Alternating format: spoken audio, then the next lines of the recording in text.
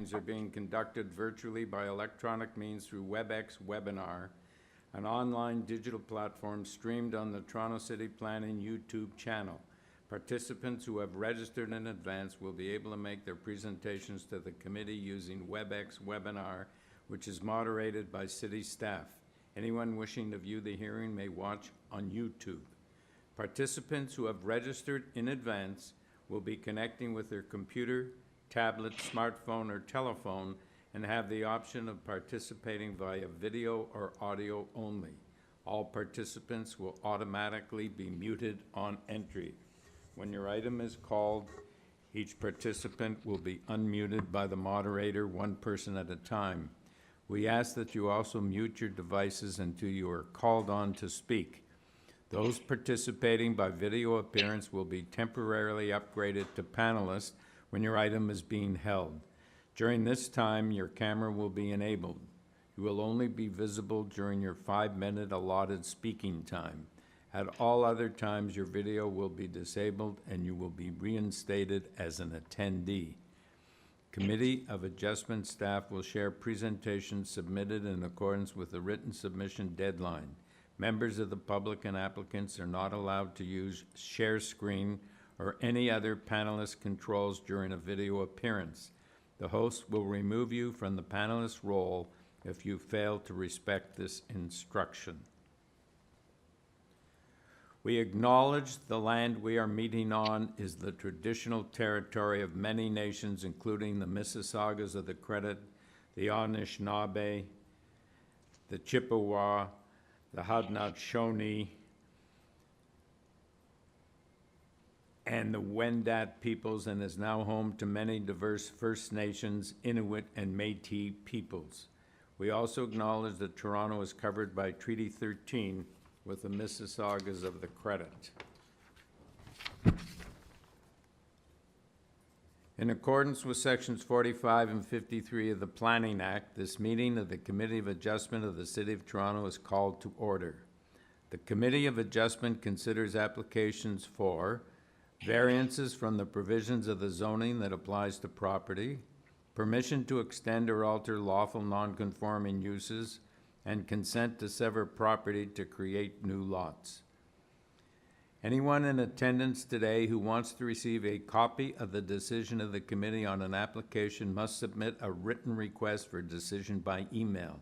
Please ensure you include your name, address, and email address because the committee and the Toronto Local Appeal Body will be sending notifications and appeal updates by email.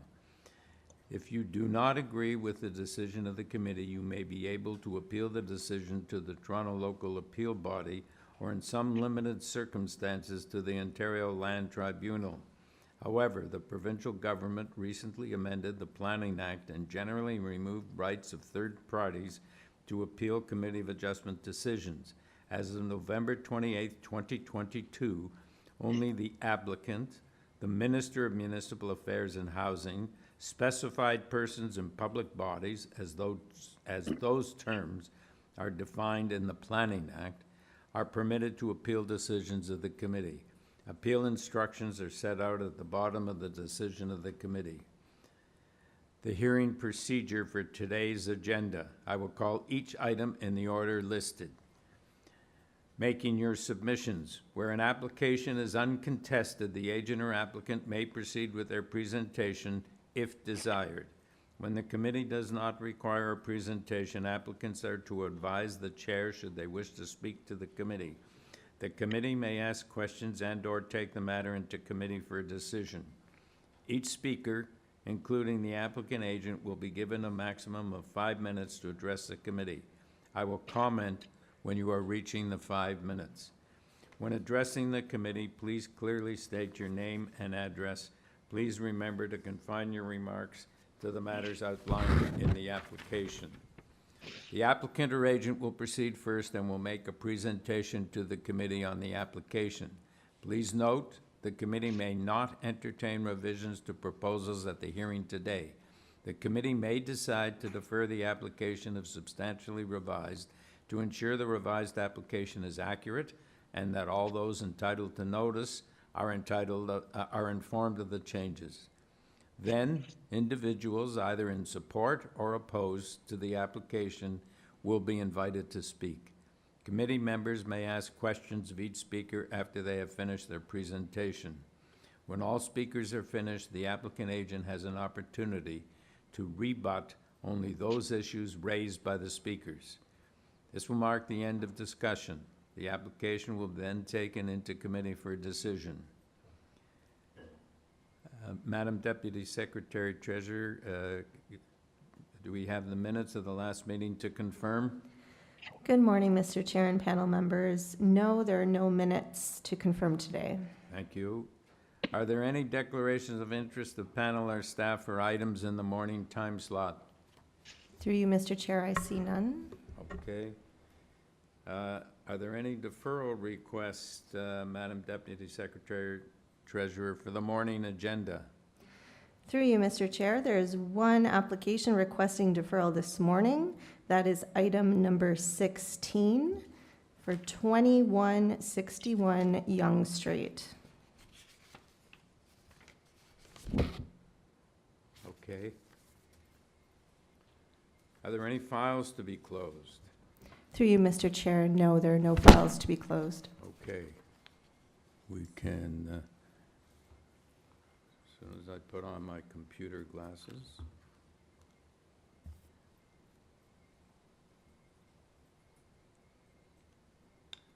Okay, we can now proceed to item number 163, Old Forest Hill Road.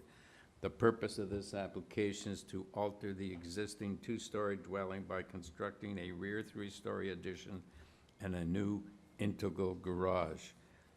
With this application, we have material submitted by the applicant, email correspondence from Heritage Planning, reports from City Planning, Tree Protection and Plan Review, Urban Forestry, and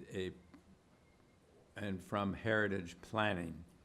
We have 6 form letters in support from residents on Old Forest Hill Road, Browside Avenue, Russell Hill Road. And 1 form letter signed by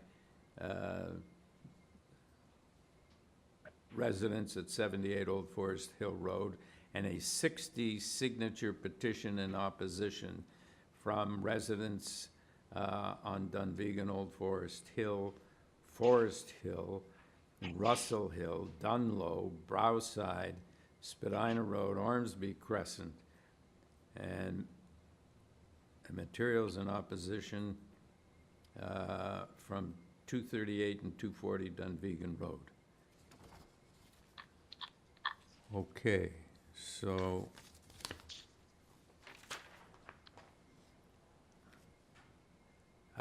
Mr. McGaffey. Mr. Chair and members of the committee, how are you? We're fine, thank you. And you? I'm doing well, thank you. Just before I begin my presentation here, I just noticed you mentioned that there was a report from Urban Forestry and a report from City Planning. However, those are not posted on the AIC or have been provided to us. So I'm not sure what's contained within those reports, but I am happy to proceed here today on the basis of my understanding of the application. Through the chair, the city planning report was referring to council in terms, it wasn't actually a condition report from community planning, just a correction to our internal agenda. Okay, thank you for that. Then I do have that material, just probably missing the forestry materials, but that's okay. And through the chair, there is urban forestry memo where they are recommending urban forestry condition number 2. Perhaps we can find that urban forestry memo and put it on the screen.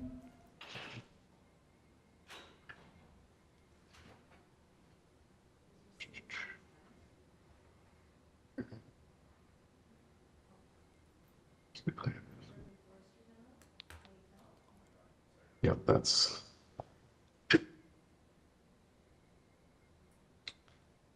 Thank you. Condition 2 is entirely appropriate here, I think. Yep. want to go ahead, Mr. McGaffey? Yeah, thank you, and thanks for just indulging me for that. I just wanted to make sure. So my name is Sean McGaffey. I'm a Senior Associate of Planning and Urban Design with WND Associates, 90 Eglinton Avenue East, Suite 970, Toronto, Ontario, M4P2Y3. And I'm here today on behalf of the owner of 63 Old Forest Hill Road, who seeks to construct an addition to the existing designated heritage building. The process to arrive today has involved a wide variety of professional and staff engagement, including developing the proposed massing and architectural expression with heritage preservation services and city planning. Accordingly, City Council approved the proposed alterations and additions on May 10th, subject to the additions being consistent with the plans before you today and going through a subsequent heritage permit process. This path of the application is consistent with other relatively complex approvals I've been involved in, including the recent council and subsequent committee of adjustment approvals for 31 Nanton Road and 12 Clooney Drive in South Rosedale, as well as 43 Russell Hill Road and 103 Poplar Plains to the south of this neighborhood. In terms of consultation, the owner hand-delivered a package to residents within the notice area of drawings, renderings, and a letter advising of the process the consultant team has undertaken and invited residents to reach out. I have not been contacted at this point, and my knowledge is the owner is not either. You mentioned there have been letters of support filed, and thank you for adding that. These should be noted that these letters of support are received from the adjacent owners to the south and to the adjacent owner to the east, where the rear yard setback interfaces. In approaching this property and application, I worked with the appointed architects and staff to develop massing that conforms to the 4 tests of the Planning Act and maintains the general intent and purpose of the official plan.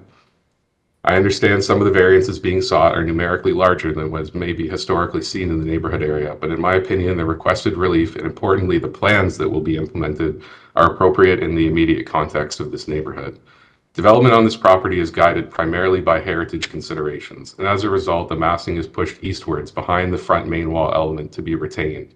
Due to the siting of the current home deep within the lot, the configuration of the existing parking areas along the northern side yard, the massing has been organized accordingly. The existing home is inland, far of the required front yard setback, and you see this driven in the building depth variance, which has an additional 10 meters on top of the building length variance. In developing the rear yard setback, the official plan directs readers to place prominence on the immediate context, which in this case is characterized by properties with large buildings sited close to the rear yard area. You see this in examples to the south at 64, 61, 59, 57, and 70 Old Forest Hill Road, where buildings are sited tight to the property line. Proposed building length of 38.92 meters is a result of development of the appropriate massing and a review of adjacency relationships, which to the east here along the rear yard is a sports court, paved surface area, and has been supported by the owner of that property.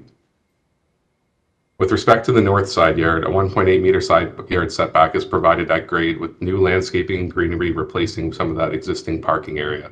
Above the ground floor, the building steps back to 5 meter setback, conforming to the site-specific standard applicable to this property.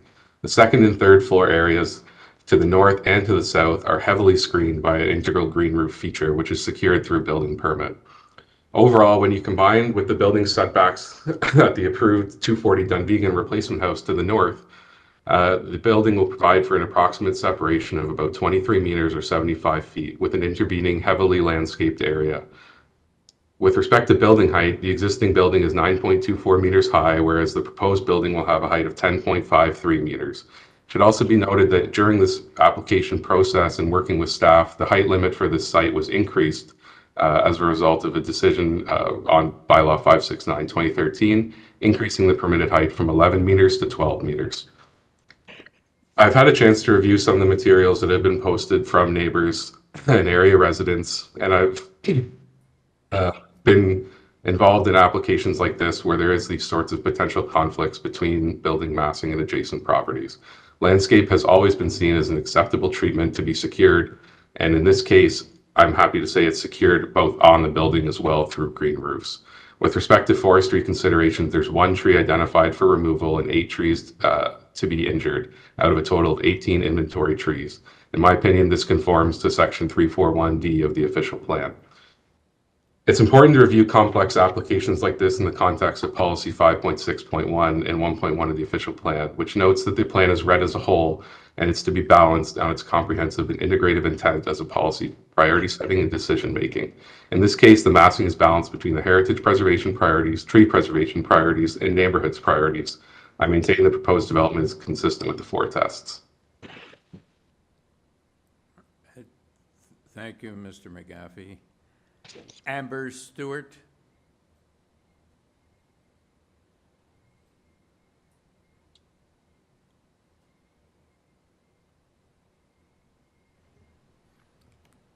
Amber, you have been unmuted.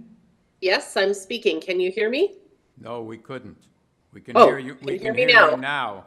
Okay. Good morning, Mr. Chair. I asked if you could hear me, so I'm glad to hear that you can. Okay. And I see that you've got my presentation on the screen. So my name for the record, sir, is Amber Stewart, and I am counsel for 2 adjacent property owners, John Berman, who lives at 238 Dunvegan Road, and David Meisels at 240 Dunvegan Road. And you can see those 2 properties outlined in blue on the graphic on the first slide. So I'll jump right in. So the first thing I'll note, sir, is that within the permitted FSI of 0.35 times the lot area, a house of over 9,200 square feet could be built. The proposed FSI of 0.62 would permit a dwelling of over 16,000 square feet.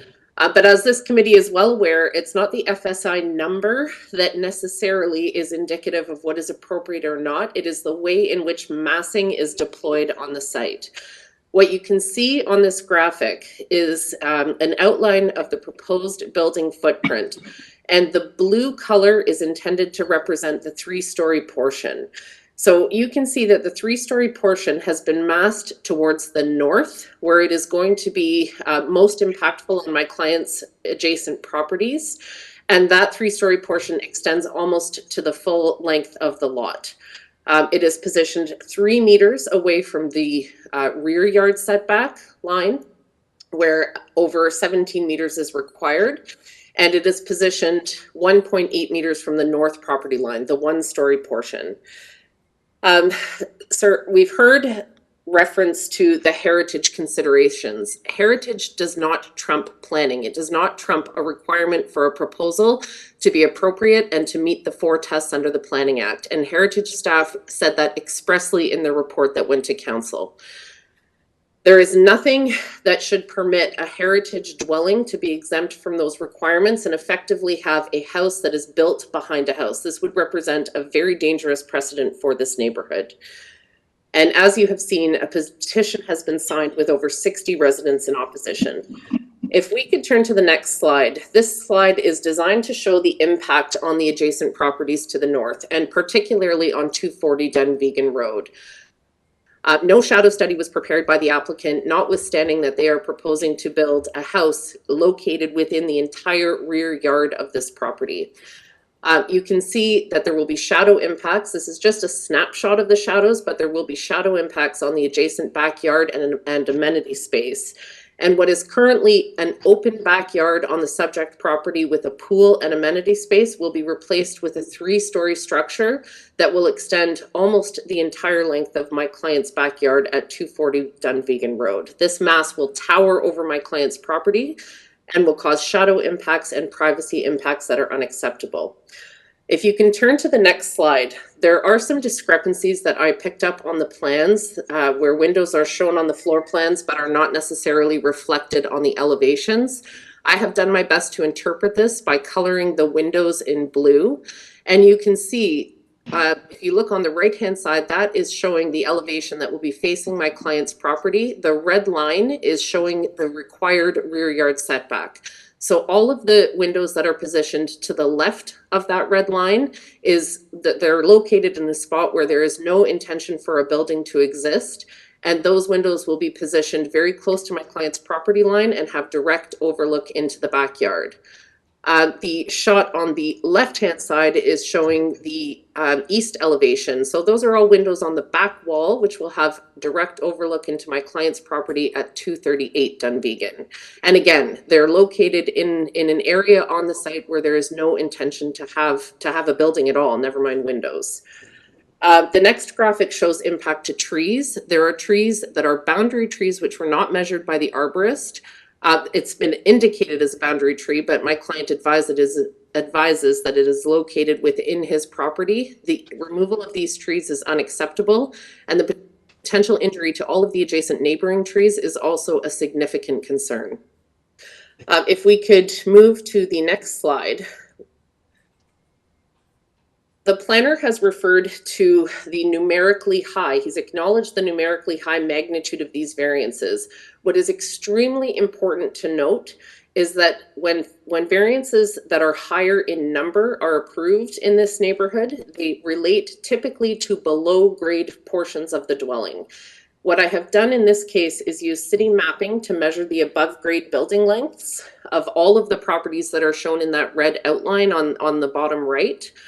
The next highest above grade building length is 10 meters shorter than what is proposed in this case.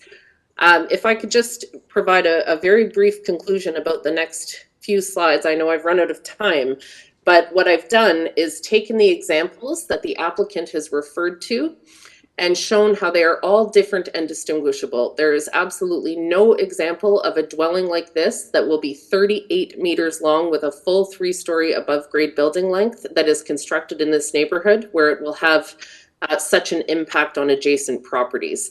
In this case, what is proposed is to turn what is existing as a rear yard into a side yard of a property and build a house behind a house that is located adjacent to the rear yards of the properties to the north.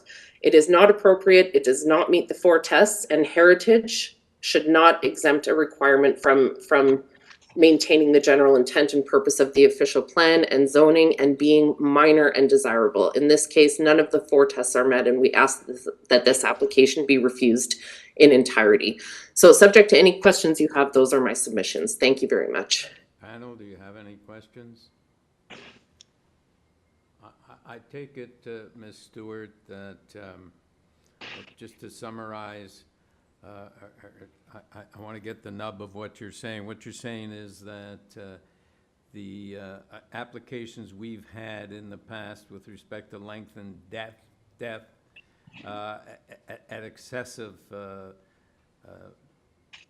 lengths and excessive depths are all or mostly underground, where as opposed to this one which is above ground?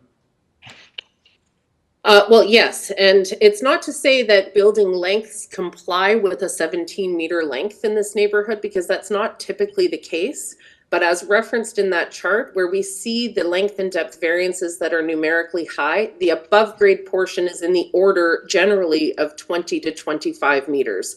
And the excess building length and depth relates to the below grade portion. And in this case, 38.92 meters is an above grade 3-story building length.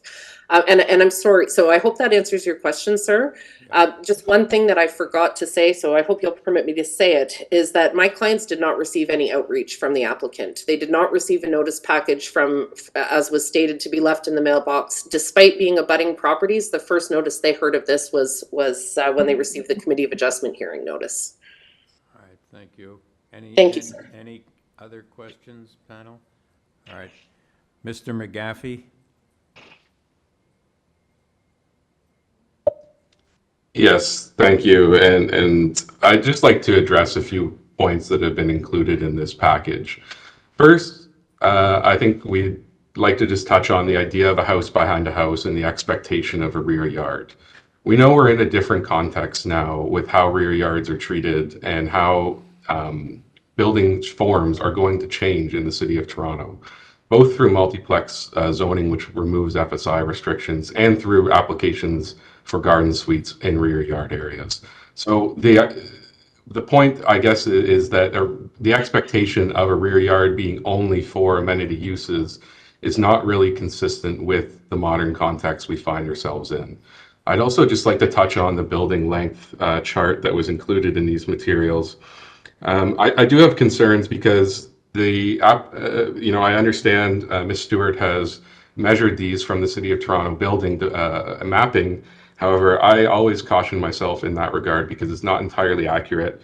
And for example, we can see examples of this where 240 Dunvegan is listed as having a building length in this chart of 17 meters. Mr. Chair and members of the committee, well, 240 Dunvegan was approved for minor variances last year for an above-ground building length of about 20 meters and a below-grade length of 30 meters. Similarly, 69 Forest Hill Road is listed as having a building length of 28.3 meters, whereas it was also approved for a building length of 37 meters. So I do have some concerns with the materials being put there. And I'd like to turn back to the shadow study as well. This shadow study illustrates a pool oriented in east-west direction along the northern limit of my client's property. However, the approved plans for 240 Dunvegan show the pool in a different configuration, in a north-south configuration, and that was to remove it from a tree protection zone. So I have a concern about that, as well as that this shadow study is not conducted in terms of the City of Toronto terms of reference, from the times, the dates, the angles. It doesn't illustrate the as-of-right impact from the existing house, nor what the existing zoning would allow for on this site. In terms of the analysis regarding the proposed side yard setbacks, the materials note that the prevailing pattern of this neighborhood are typically spacious and provide for generous and well-designed landscaping in the rear yards. But I think the point that I was making in my presentation is that the immediate context here is different than what you see in the broader neighborhood. And that petition includes people all the way up to basically Eglinton, who are far removed from this application. In this immediate context, which takes precedence in the official plan neighborhoods policies, buildings are sited close to the rear lot lines. You can see that on the map before you, just to the south, and as well at the corner of, just to the northwest there, 70 and 72 Old Forest Hill Road, which are sited very close to each other on the property line, both 3 stories. So I think this is a case where, yes, Forest Hill as a neighborhood in general features large stately homes on large lots and has, substantial landscaping in some instances. But in this context where Old Forest Hill Road curves and the lot pattern becomes, or it diverges from the lot pattern of the broader neighborhood, I don't think that's the case. In my opinion, the materials submitted don't necessarily reflect the character and the thought that's been put into this process in developing the massing. And just one last aspect on the notion of views being blocked or the views across a property. It's been established multiple times through Committee of Adjustment and OMB and TLAB decisions that views across another property are not subject or not part of the planning consideration process. So I understand that, the view from 240 Dunvegan may change from what is there today, but I project the idea that there's a right to a view to experience that from a certain property across another one. And I'm happy to address any questions or concerns of the committee that you may have. Yes, Jim? Yes, I have one question. Can you speak to the, the piece of land where the sports court is now to the east of the property? The reason why I ask is if the sports court is there, I think that it can make your extended length or the smaller area setback sort of more reasonable. Do you know who owns this piece of land? Yes, thank you, Ms. Chan. I agree with your assessment, and it was a significant part of how I've looked at this property from a planning perspective. That sports court is owned by the adjacent owner on Russell Hill Road, who has signed a letter of support in support of this application. Okay, that's my question. Yeah, whether they're in support. So they probably will keep that sports court there untouched, I guess, right? Yeah. Yeah. It is a bit unique of a situation, as that sports court is actually it's a separate parcel of land. It's I won't get into the planning interestingness of it, but it is a separate parcel that's owned by the adjacent owner on Russell Hill Road. Okay, thank you. Yeah. So the other question is, you have this reduced rear yard setback and extended building depth or length. What is your rationale for that? If I would see that is a reason if the sports court is always remain as it is, but without that, it seems to be very close to the to the other neighbors, like to extend it too far to the backyard? What is your reason for that? Well, my reasoning for it, Ms. Chan, is that sports court, the owners have signed a letter of support, so I don't have any expectation that they intend to change the use of that land. It is also, as I noted, it's a separate parcel of land that has no road frontage, so it's not something that could really be developed or serviced without, quite frankly, a significant undertaking through the Committee of Adjustment or even perhaps a rezoning. But so there are constraints to potential development of that property. And in terms of why, like, the length and the depth and the massing is pushed so far east, the existing house that we need to preserve, or at least the large front portion of it, is set back already 21.2 meters from the street, whereas the required front yard setback here is 14.2 meters. So already we're dealing with a situation where everything has to be pushed east to follow that direction. And you see that in the existing building on the site, whereas the existing or required side yard here, or my apologies, the required rear yard setback here is 17.2 meters, whereas the existing building is sited about 12.5 and change off the rear property line. So it's historically always been pushed into the center of this site, and it does drive a lot of the rationale and how the massing's been deployed here. I think, barring that constraint, things would shift west, but that's, not the situation that we're able to deal with here because of the fact it's a designated building and it's being retained. And I see from the photographs, all this, the east side of the backyard, and then you said north and south. It's got there are a lot of trees, right? Yeah, there are a number of trees along the boundary, and some of them will be injured, particularly one on the north side. But there's also going to be a double or triple row of new planting going in between the house and that rear lot line. What will be the rear yard here is not really going to be used for active uses. The active use portion of the property is going to be located in the south side yard, where the building is actually extending a little bit more. So that gives us an opportunity to really just landscape that area as much as possible, as well in the north side yard, and then integrate that in with the green roof landscaping in the north side yard as well. Maybe if you just want to turn to the second floor plan, A202. You see the green roof element there to deal with some of those windows. Oh yeah, okay, I see. And then if we on the second floor. Sure, and then if we go to the third floor plan, you'll see the green roof element on the south side yard as well. There you are. Oh, okay. Thank you. That's good. Yeah. Mr. McGaffey, both you and Ms. Stewart referred to the extension, I guess, on the east side when we're talking about length and depth, as a house behind a house. I didn't take it from my review of the matter that this was a separate building. I took it to be just an extension of the existing house. Is that correct? That is correct, and I certainly only refer to it as a house behind a house in response to Ms. Stewart. It is an addition to an existing house. It is not a separate building. Yeah, and would you agree with her that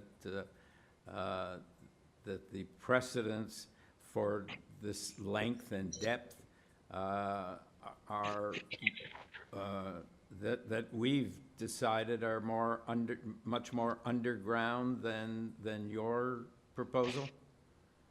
I think there's definitely historical examples of that from committee decisions and ones that I've been involved in myself. But I think if you, through my presentation and hopefully through my letter, conveyed this as well, I did not really rely on a numerical or metric assessment of how things are dealt with on this property. The reality is that this property in the immediate context is so unique within the neighborhood. You have to look at it on a site-by-site basis.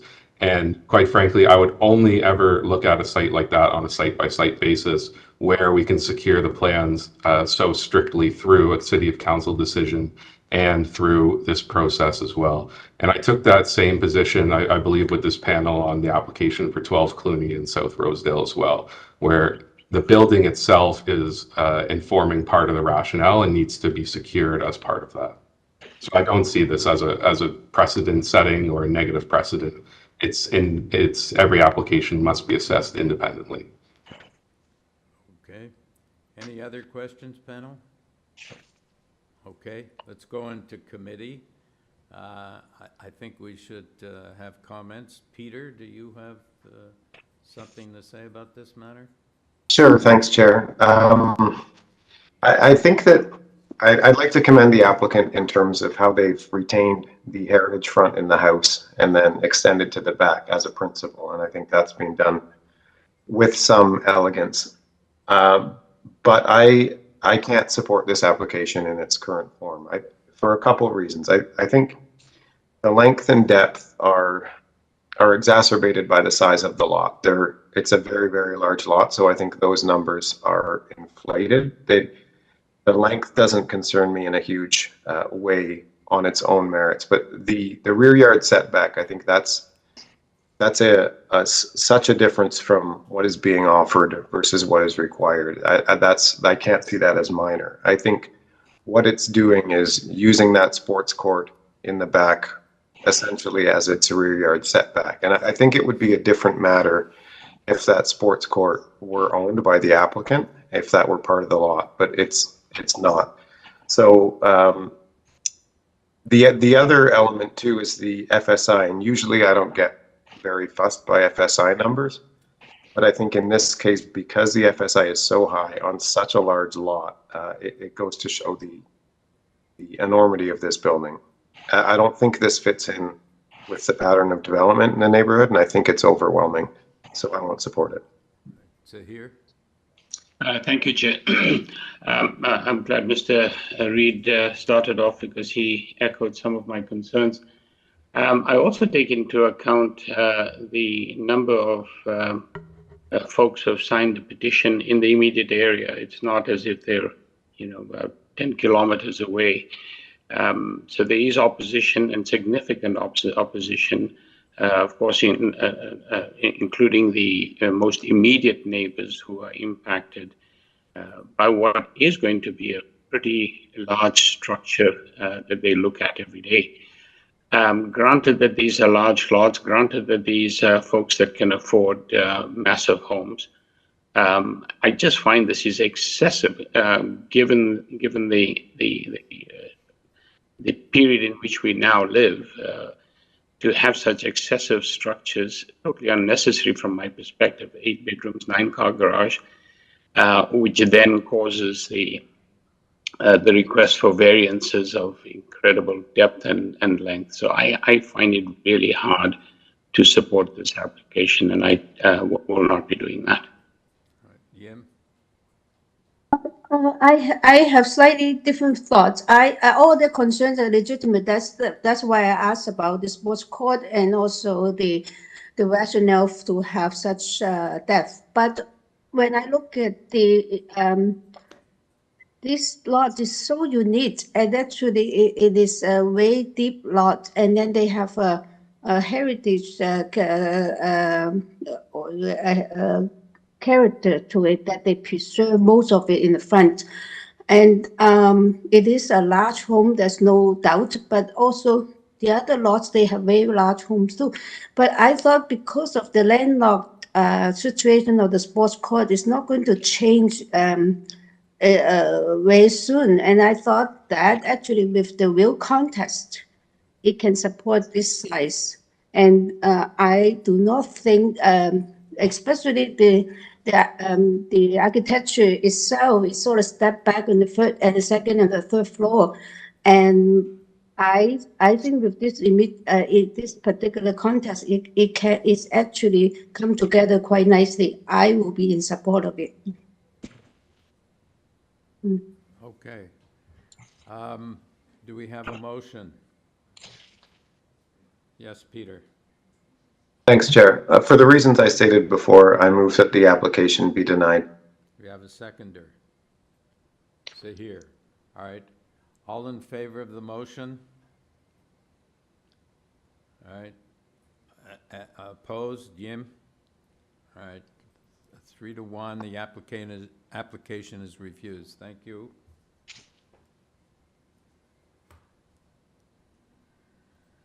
Number 2.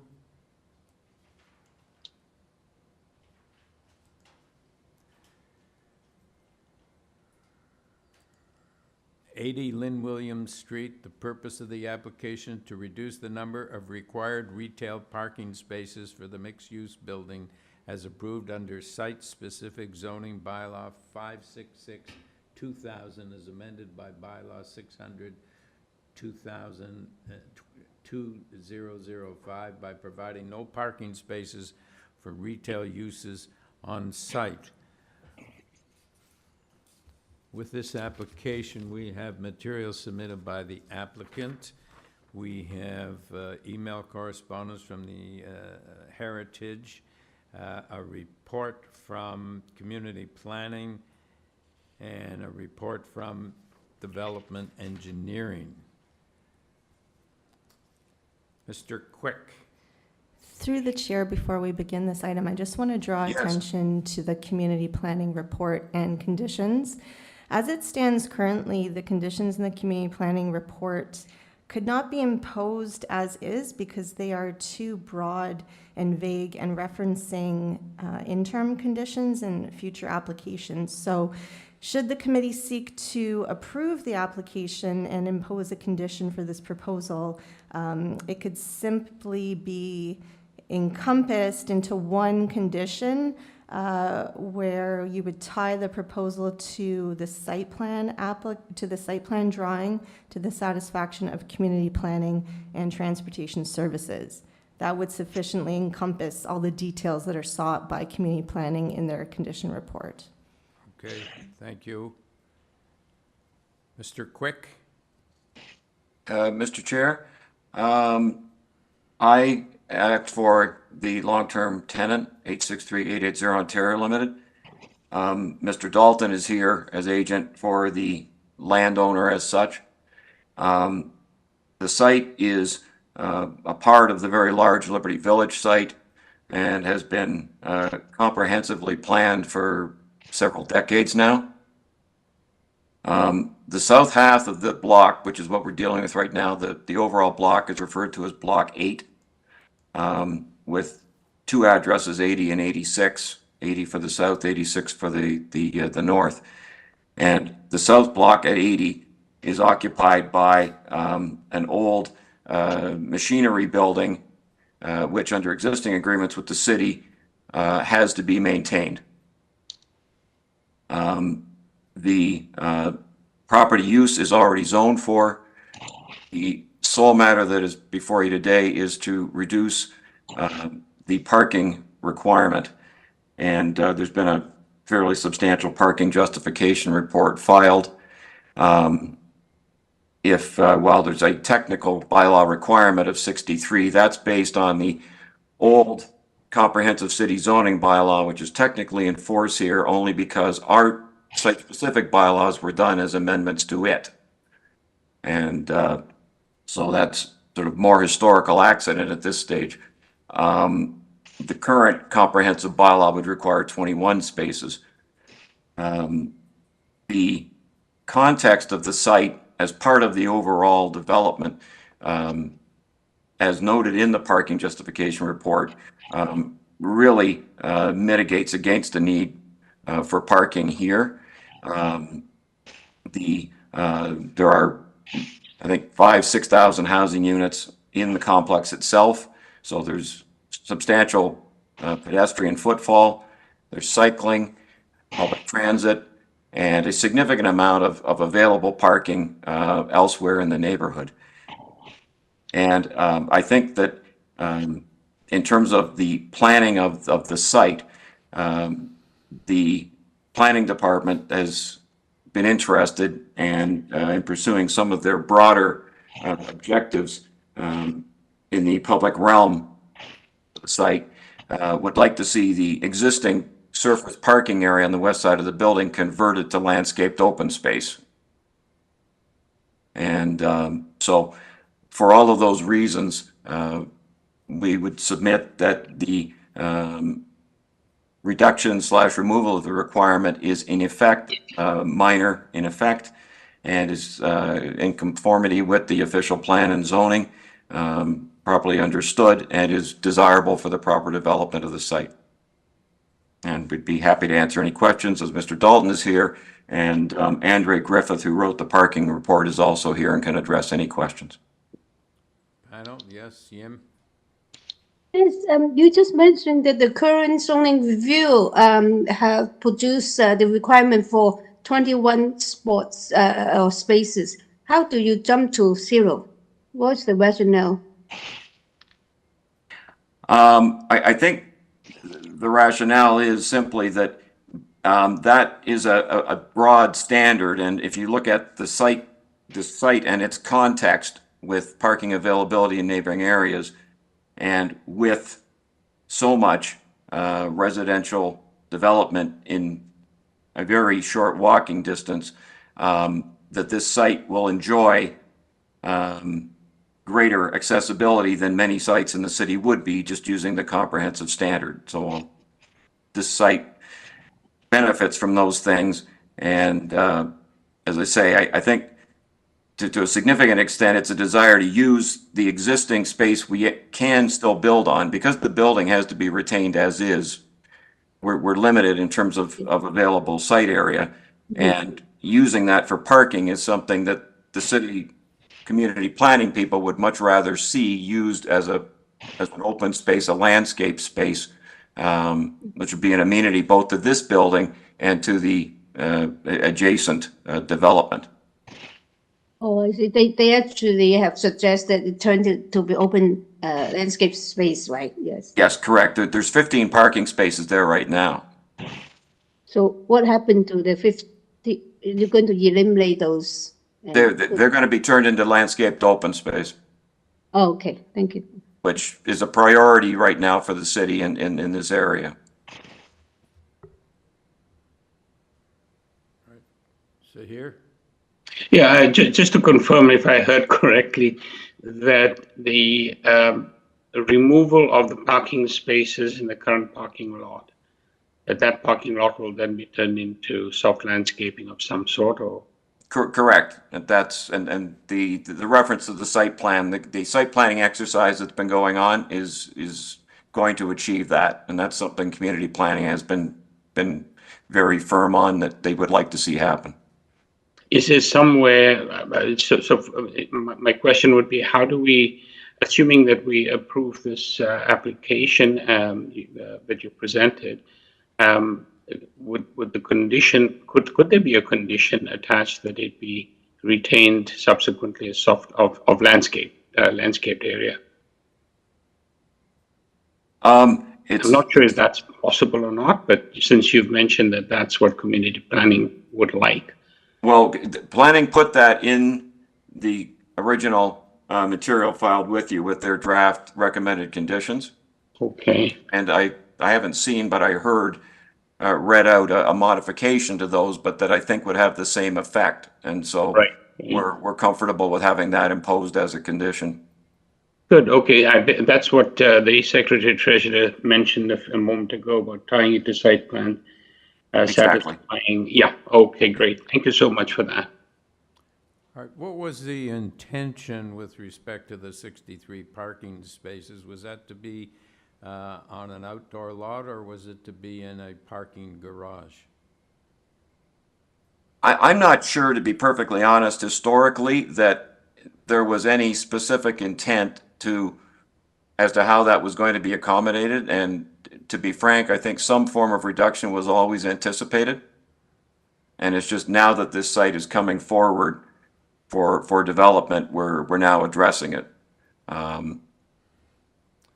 So what are the retail uses generally in the building? Right now, there are none in it. It's been used as a presentation center for the surrounding condominium development. So right now, it's empty. How large a space is it? Bill, can you advise how big it is and just the permitted uses?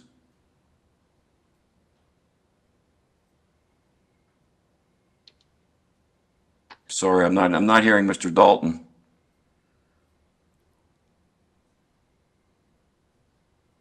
Is Mr. Dalton unmuted? Jordan?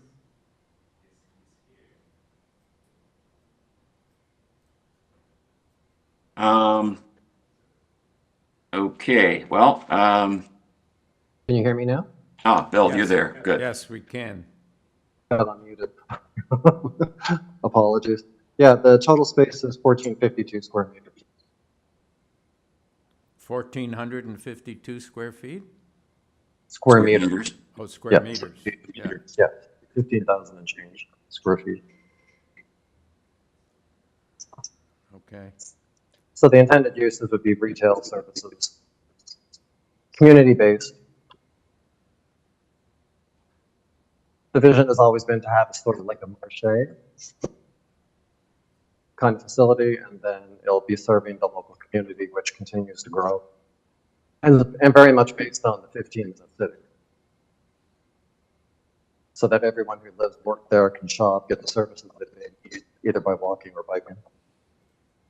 Yeah, as you can see, it's adjacent to, it really forms the east side of a retail plaza that has a Metro store and has parking in the middle right now, Which will obviously facilitate that and add to which that. is all still going to continue to function. Very much so. Okay. All right, panel, any further questions? Okay, we can go into committee now. Anyone have any comments? Yes, Yim? Oh, yeah, I think that the previous zoning bylaw is like 2005. It's been a long time. What the city wants is change. I think it makes a lot of sense to reduce the number of parking, surface parking, and create more green spaces. And I know the area quite well, and then it's very so a lot of walking there, and a lot of lunchtime is people coming out to go to restaurants and all that. I think it makes a lot of sense, and then with the condition to the satisfaction of the planning report, I'm in support of the application. All right, here? Similarly, I think it makes eminent sense given the location and inclusion of more green space.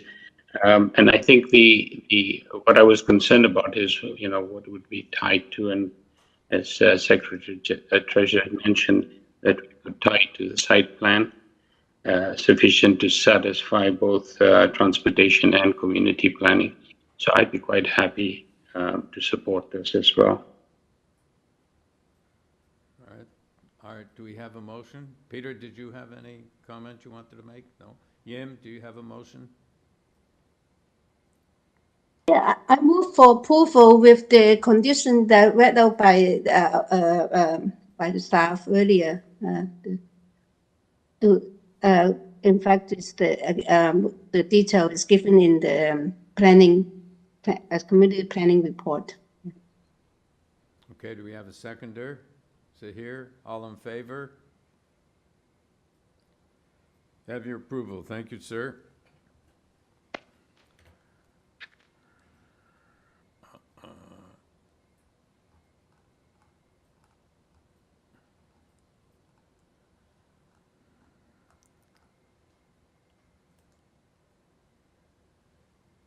Jordan, for some reason I seem to have lost my bookmarking.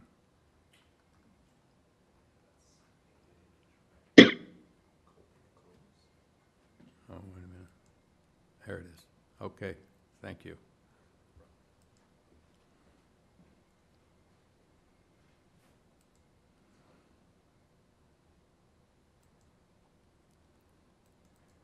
Item number 3, 296 Coxwell Avenue. Purpose of the application to construct a second-story addition over the existing detached garage with external access stairs in the rear yard to be used as a gymnasium room. We have before us material submitted by the applicant, a 4-signature petition in support, correspondence and concern from 294 Coxwell, opposition there's a 33 signature petition in opposition, and further opposition from a Metropolitan Condominium Corporation number 91, as well as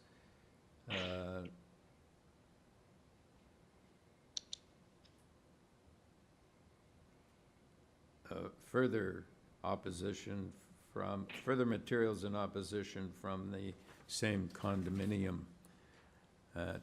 Tanziller Rahman? About the owner Ashot. So for the property 296 COXWELL Avenue, I am residing in 705 Tisdale Avenue, Scarborough. All right, So- could you just speak a little slower? Okay. I'm having trouble understanding you, but, okay, go ahead with your presentation, sir. So the property is located at the intersection Gerard and COXWELL. And we apply for the minor variance as the maximum permitted height is 4 meters. And where it is located another district or less than 7.5 from a residential district.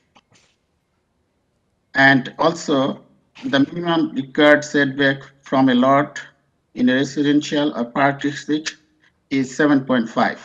But the existing setback is 2.5 from the abutting residential district.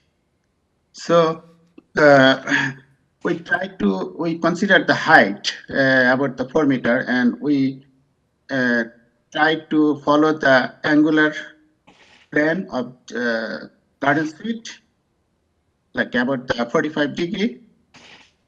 And yeah, over there, if you go further, yeah, over here. So if you go, then you go to the elevation and the stair, back rear elevation.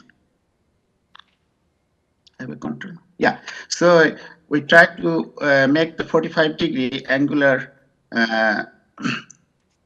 plan, but it does not work for us because the height of the door become less than the building code, and the user, the owner, cannot enter into the second floor. So, and also the size of the proposed garage will be reduced, and the purpose of the garage will not serve. So, and this is our most of the effort we did. And also, like the owner want to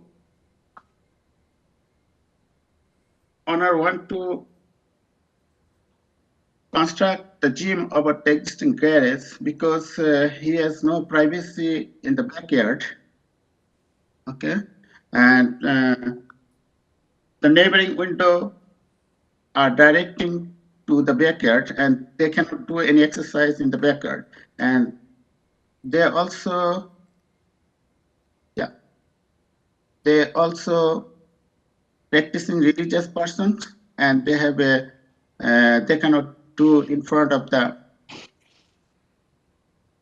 man. Also, they have a mental health and well-being. They need the mental health and well-being, and they need the exercise. And also the owner's wife has a diabetes, and she need to the exercise, and she cannot go to the near about the gym. And this is the purpose of the construct the gym. I think we consider all things, the neighboring, we consider all the objection we have received from the neighbor, and we will consider the construction with the proper communication with the neighbor after we get approval from the committee. Yes, Jim? Oh, I have one question. You call this gym, is this only just the owner's little exercise room? It's not a public gym, right? Yeah, it's the only legal exercise room for the personal, not the public, Yes. not the commercial. Okay. Yeah. Oh, the second question is if can we have the previous slide on the screen? You know the part that is of the apartment building closest to your property, that little part. Do they have windows on that part? You know, Yes, near yes. your. Yeah, window. If you go to the concern, I can use like. Because we do not have any information. How many windows and how tall? Yeah, here is the 20 windows. The apartment building facing to the backyard of our owner. And then they are very close to the property line, right? These Yeah. windows. Yes. Do they have fire shutters so close to the property? So. We don't know. Like they have a fire starter. If you see, we have the owner didn't reply the objection. Okay. Mm-hmm. And if you see. No, I'm talking about the part that closest to the property line, not the one that further. You know, it's that small part that against your house. That part. It's got low windows there too. Which 294 the 300 the apartment building. Yeah. Yeah, they have a window. Like I can show you. If you go to the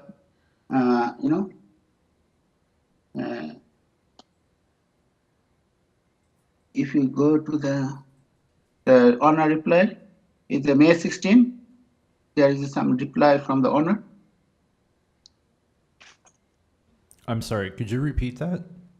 Oh, like there is a reply from the owner. Can I enlarge? I don't see. If I may, Yim, in the supplemental package we got last night, on page 26 of that, you can see that the portion towards the west, there's no windows. Yeah, I didn't read any supplemental material. It was just too much. Yeah. Too late. It's a blank wall that's closer to the street, Yeah, and then yes. Oh, and it then is there's blank wall. Okay. Yeah. So those walls those windows that they're showing in some pictures is actually where we set back a bit, right? Those. Okay, that's what I want to know. Okay, thank you. Yeah. Yeah, this is the window. You see, so all are facing, towards the backyard of the owner. So they actually overlook your backyard. That's what I'm saying. Yeah. They are overlooked in the backyard. Thank you. Yeah. Okay, sir, I missed something, I believe. I understand that your client, the female clients, for privacy reasons, religious reasons, do not want to exercise in the backyard in front of strangers. Did you also say that they had some kind of illness that they need to exercise? Yes, they have a diabetes. Ah, okay. All right, thank you. I thought I missed something, and I did. Okay, thank you. Any further questions, panel? Peter? Thanks, Chair. Just one question for the applicant. If I understand this is not a garden suite that's being proposed, but if it were to be a garden suite, how would that comply with the standards that are provided in that bylaw? Now, because in terms of the setbacks and the angular planes and those kind of elements. No, if you follow the angular setback, angular plan, but it does not serve our purpose, the gym. Like it's the gym size would be like very small. We cannot set up the equipment over there. Okay, and the height would become up to 4 feet. That means from the bottom is 4 meter from the grade level is 13 feet. Then it's become 4 to 5. The height becomes less than 8 feet.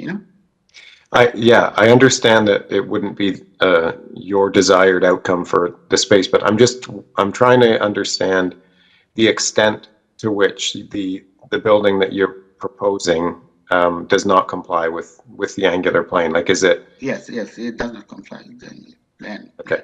Are there any other elements of the garden suite policy that it doesn't comply with, apart from the angular plane? We did not go through the other element, but we first tried the angular plane. Okay, and it does not work. Then we do not see the other elements. Okay, thanks. Thanks. Yes, here. Just a quick question for the applicant, Mr. Chair. If this were to be approved, would a condition that the second story not be used for habitation be acceptable to you? Yes, we are. This is the purpose. Like, we are not using the habitation, so only the exercise purpose, gym purpose. Thank you. This is like they might be used like 1 hour. They don't use the whole day. Like most of the time, and we make the application, and there is a front window, so the owner will be, they set up the curtain, so there is no privacy issue for the neighbor. Like, I think so. Thank you. Thank you. All right, thank you. Claudette Wood.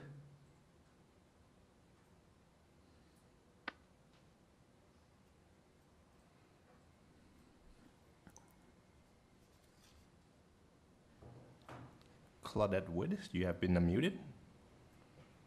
Yes.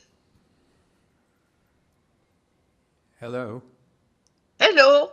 All right, can we have your name and your address, Miss Wood? Yes, my name is Claudette Wood. My address is 300 COXWELL. All right, can we have your presentation, please? Yes.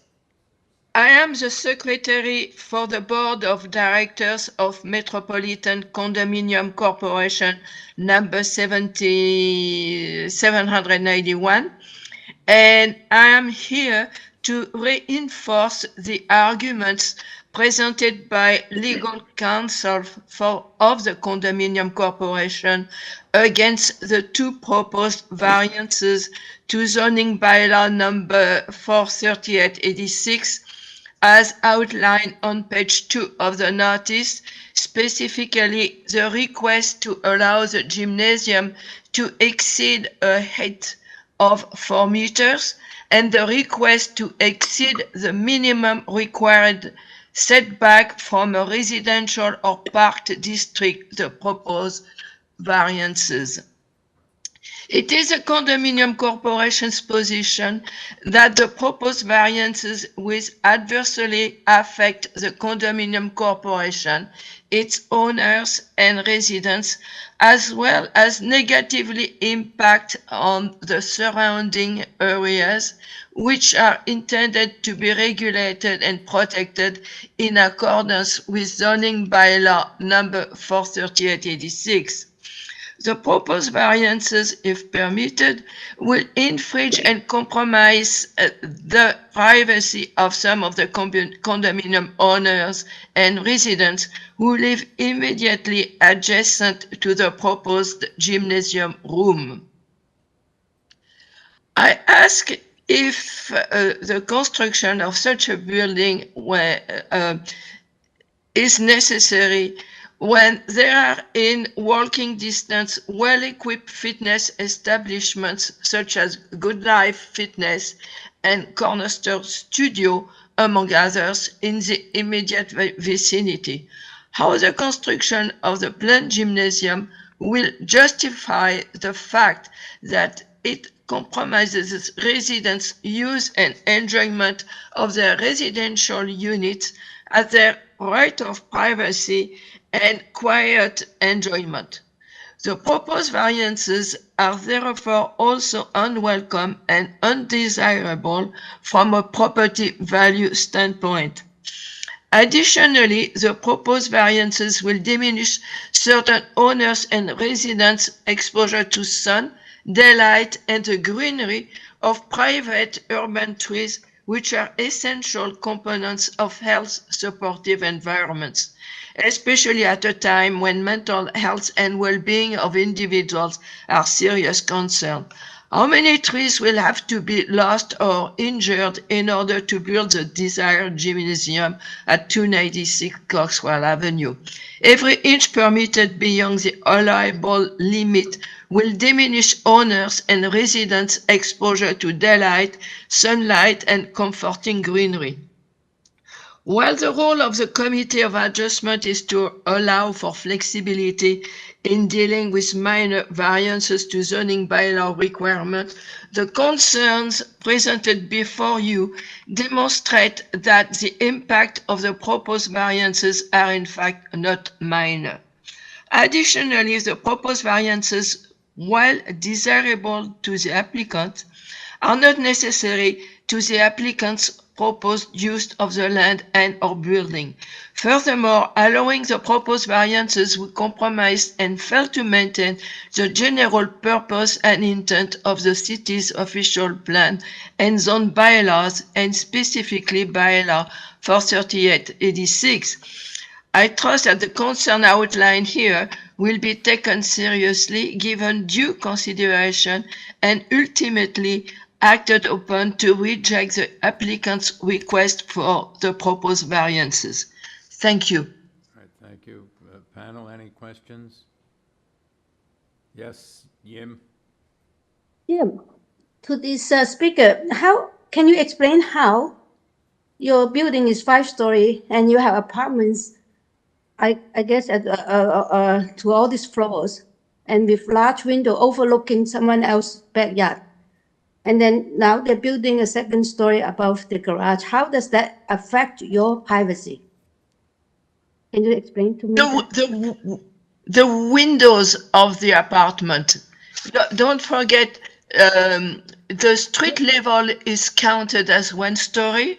So when you say 2nd story, it's in fact 1st story. No, what I mean is the apartment, the windows on your apartment building already overlooking someone else's backyard. Isn't it your building is affecting other people's privacy at the moment? No. No? No. Okay. Well, thank you. But one of our big concerns are the trees. Like, one tree has to be removed, and the canopy above the construction site is quite extensive, and that will have to be cut off, otherwise they can't go up. So what will happen to those trees? All right. Thank you. Panel, any further questions? Okay. Ruby Sayal and Stefan Freiner.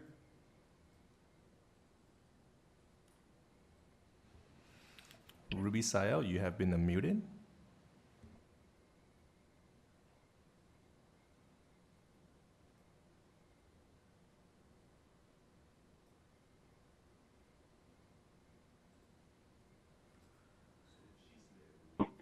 Hello? Hello. Can you hear me? Yeah, we can hear you. Okay. Thank you very much. So my name is Stefan Frenner. We're the owners of 294 COXWELL Avenue. So we submitted a list of concerns where, if considered, we could be okay with it, but if we don't get consideration for those points, we would be opposed to the project. I'm just going to go through the points for the most part, what we wrote down. So the biggest part, one of the biggest parts will be privacy, because that gymnasium will be looking straight into our son's bedroom. And right now, there's also a tree that fits with privacy as well from the condominium next door.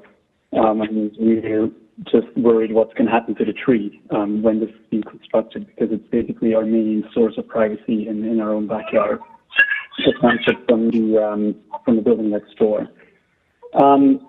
Yeah, we've unfortunately not been talked to a whole lot about this project, so that there's a lot of unanswered questions in terms of is the building going to be torn down, the existing one? Is it going to be built new? Is there going to be some digging that's required underneath the current structure? Because our garage is right next to their current garage, which is in the space between maybe 1 to 2 feet wide. And right next to the property line, there's a power line that powers our garage, as well as there's a gas line in the ground. And if there's any digging involved, has that been considered during the discussion of this project? Another concern is water. So according to the drawings, the water would drain in between the garages, and our garage is basically a foundation with a wooden structure on top that's pretty low.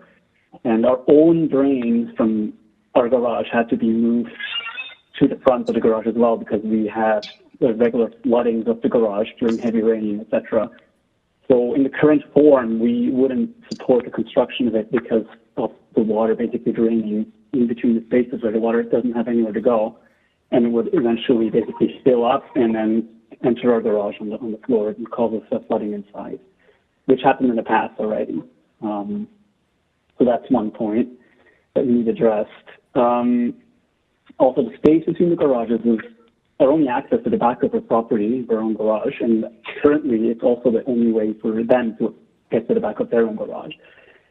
They're now planning to build something new where there's going to be a door, so we still will have to be able to basically use this walkway that I've been using for years now to get into the back, because there's still quite a bit of property at the back of the garage that we need to be able to use.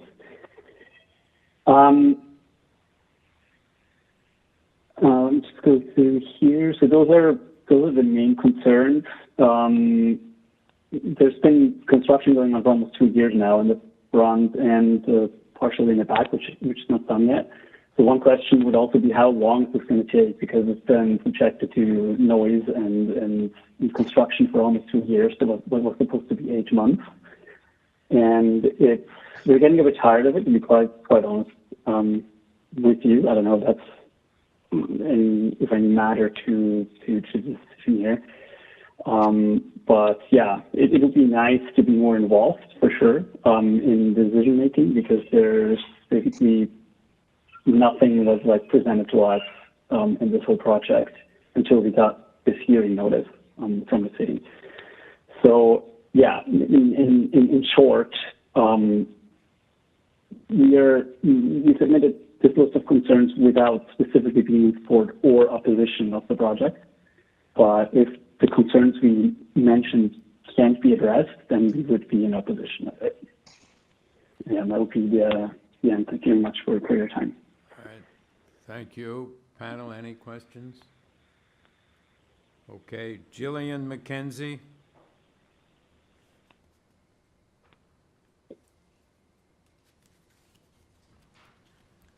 Julian, you have been unmuted. You hear me okay? Yes, we can hear you. Hi there. My name's Jillian McKenzie. I live at 300 COXWELL. My partner and I have lived here for almost 5 years. We've had the privilege of living in this suite that has this south-facing view. And the windows that we have are the only windows that we have in our unit. So definitely my concern is that with this establishment being built up, the proposal on top of the garage, that it's going to severely affect not just only ours, but other residents' living status at the moment. To speak to the other point that was just brought up, I was not really made aware. I don't feel like there was adequate awareness made. I only found out from a fellow neighbor that this project was underway, so I don't even feel necessarily as prepared as others with some of these points, but the fact that it was not made more clear is a bit concerning for sure, that this project was wanting to take place. Just to add to that, in terms of the property value, like it has been brought up, I think that it would negatively impact that, because I know that as this being my first property that I've purchased, having a view that has some, privacy in the back is certainly an important thing in the city that we are living in. And I think that, I understand that the residents at 296 feel that they have a lack of privacy, but building something up right in your only view is not a good thing. I understand also that there is concern that they don't want to be using the other public gym spaces, but I mean, given the fact that they have, a larger property as well, they have other means to be able to do that and exercise perhaps indoors. 296 Coxwell has also had a past history of not following the rules and regulations with the proper permit procedure. They had a new roof that was constructed. Miss McKenzie, that's not our concern at this stage. We're just dealing with planning issues. I guess my concern, though, is that since there's a history of it, what is to say? We're not concerned with that. Please stick to the planning issues. Okay, no problem. The main other point that I want to make is if this is the garage currently being used as one at the moment, because I don't see any vehicles coming in and out at all. And so if it's not, is there a need to build a second story? Can the gym be built at ground level? And I just want to add that also with the views being blocked, it could negatively also affect the mental health of other tenants with the space feeling more enclosed. And we know that that has been a concern as of late. And I know the property owner said that they may only use the facility only up to 1 hour a day, but this could affect the lifestyle of people living here and just dwelling in their units. That's all I have to say. Thank you. All right. Any questions, panel? All right. Thank you. Mr. Rahman? Yeah. Yes. So I have a concern about the privacy, what they are talking, but we took the measurement of the privacy of the just in front. We have a front window, like we put the curtain and other measure. So and they have the sunlight. They have obstruction, but already there is an exist tree over there. This tree obstructs the sunlight to their apartment too. And we'll consider the we did not do the 294, like we construct the garage upper to the existing structure. So we are not digging within his property line. So I don't think so it's affect his power line, anything. But if we'll take the measurement precaution for this one, and also we are consider his we are mutually work with them. Okay.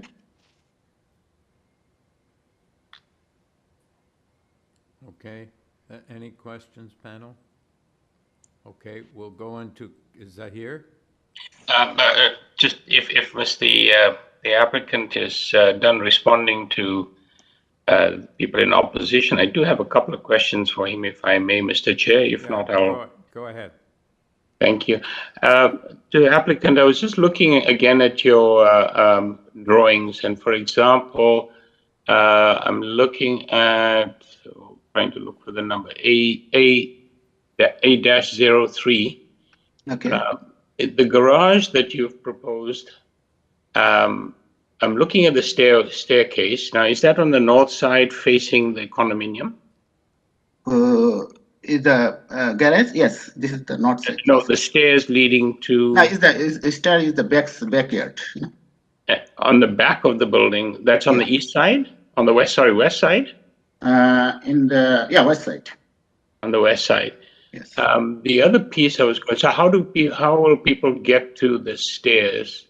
Like we have a store, like the personal use of the store. Inside the store, and there is a door. You see that. Okay, so and what was the store? Is this store as in business? No. This is the personal use. The owner, like a couple of other stuff, like Storage or not a store as in a business? Not the storage in the business. This is the personal storage. Storage, okay. And then you've got the garage on the other side.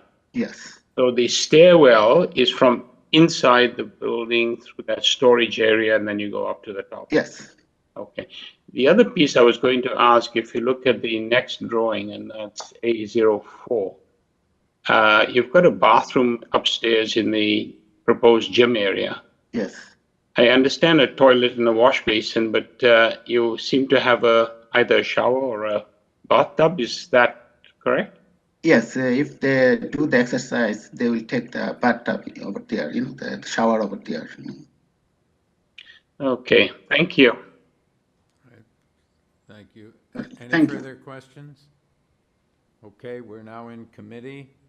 Do you have any comments? Yes, Yim? Okay, I can start with, I really cannot see there's a privacy issue created by the new development. I think the privacy issue probably was created by the construction of the condo, maybe, but there's a fair distance between them. And I do not think they will increase it in terms of privacy. But what I see is this is a very moderate little room for just a homeowner to do exercise. It's not a commercial gym or anything. And I do not actually, I'm not concerned about putting a condition on that it will not be a habitable space, because it is habitable even if they're doing exercise. So I'm not too sure that. Besides, even if it's turned into a garden suite later, they have to go through the application process anyway. So I think this is a very moderate. With the windows, they actually they are proposing very small size window. I do not think that it will make the impact, will create a lot of negative impact. Plus, they are proposing another 3 meter, just about 3 meter increase in height. And I do not see all this opposition's point of view, honestly. All right. Any further comments? Zahir? Thank you, Mr. Chair. I'd like to echo Yim's comments and observations. I think the concerns expressed by folks from the condominium not quite accurate, given the fact that there's a large space between the owner's property line, north property line, and where the condominium starts. I noticed from aerial views that space is actually used by motor vehicles back and forth, assuming they park under that space. So as Yim has quite correctly pointed out, that the structure is modest, and should they decide to turn it into a garden suite at some future date, it will have to go through application again. So I have no concerns with this application. Okay. All right, Yim, did you want to make a motion? Okay, yes, I'd like to make a motion for approval with no conditions. I just second that, Zahir. All in favor? You have your approval. Thank you. Number 4, 60 Greensides Avenue. The purpose of the application is to construct a new 3-story dwelling with a front covered porch, front, second, and third-story balconies, a rear covered porch, a rear basement walkout, and rear second and third-story balconies. With this application, we have materials submitted by the applicant, and we have a report from Urban Forestry. Stephanie Matviva. Good morning, Mr. Chair. Good morning. We have your name and address for the record, please. Absolutely. So for the record, my name is Stephanie Matviva. I'm an associate with Glenn Schnarr & Associates. The address of Glenn Schnarr is 10 Kingsbridge Garden Circle in Mississauga, Ontario. Sorry about that. I am the agent on behalf of the property owner. All right, can we have your presentation, please? Of course. The application before us today is for a replacement dwelling on the lands municipally addressed as 60 Greensides Avenue. The property is located on the west side of Greensides Avenue. It is located within an established neighborhood of the city. This neighborhood has an eclectic character and a broad range of built forms. The owner is seeking, thank you. The owner is seeking permission to construct a 3-story replacement dwelling. The existing 1-story accessory detached garage at the rear of the property is to be retained. The dwelling has been placed generally in accordance with the existing dwelling on the lot. This maintains it maintains and respects the established character of the surrounding neighborhood. Overall, the built form and built form features of the proposed dwelling had been planned and designed to respect and reinforce the established neighborhood character. On the slide before us today, if you can go back one slide, please. The proposed replacement dwelling has triggered a number of variances. Many of these, although the number of them looks quite daunting, a number of them are to reflect similar built form attributes. So it looks worse than it is, I guess is my point. If I could have the next slide, please. This is a slide illustrating the proposed front elevation.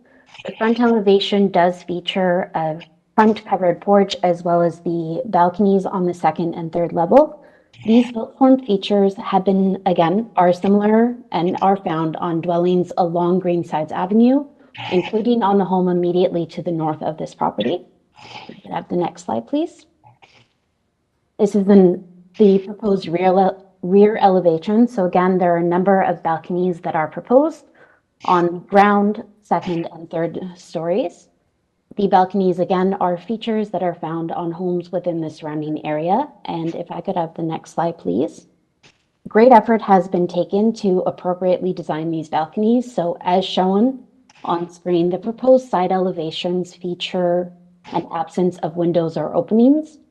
They also provide visual screening of the proposed balconies themselves. Overall, these features provide for a mitigation of any privacy or overlook concerns.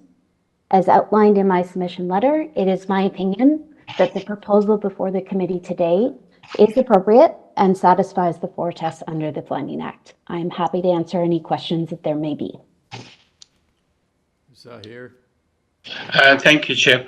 Just with regard to variance number 1, you're asking for landscape variance for the front. It's a rear yard. Yes. You're building a new structure. Is there any way to mitigate that element so that it's not an issue?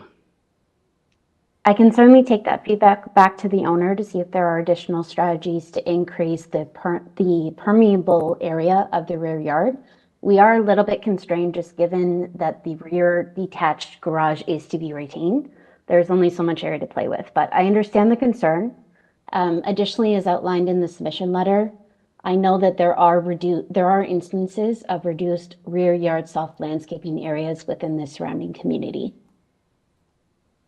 I thank you for that, but I appreciate, often when we have variances such as this one, the structures are not being completely replaced. And this is an opportunity, I would suggest that, you have an opportunity to increase the landscape. So that might be something that would certainly cause me a bit concerned. But thank you. Thank you. Okay, Chris Meyer? Hi, can you hear me? Yes. Great. Good morning, Mr. Chair and committee members. Thank you for the opportunity to speak today. My name is Chris Meyer, and I live at and own the 1.5-story Century home at number 71 Greensides Avenue. That's directly across from 60 Greensides Avenue. It's actually in the photo package that was provided. I have enjoyed the neighborhood and my house for more than 22 years. In fact, it's not only my home, but as well, it's basically my life's investment. Over the last decade, I have invested in extensive interior renovations, including underpinning and finished basement, and I've rebuilt an addition at the back. Having only been notified of this proposal in the past month when I received the Committee of Adjustment notice, I've not had the opportunity to consult any counsel with expertise in zoning or in this committee's processes. As a result, I'm here representing myself, and I'd ask the committee to reject a number of the variance requests related to 60 Greensides Avenue.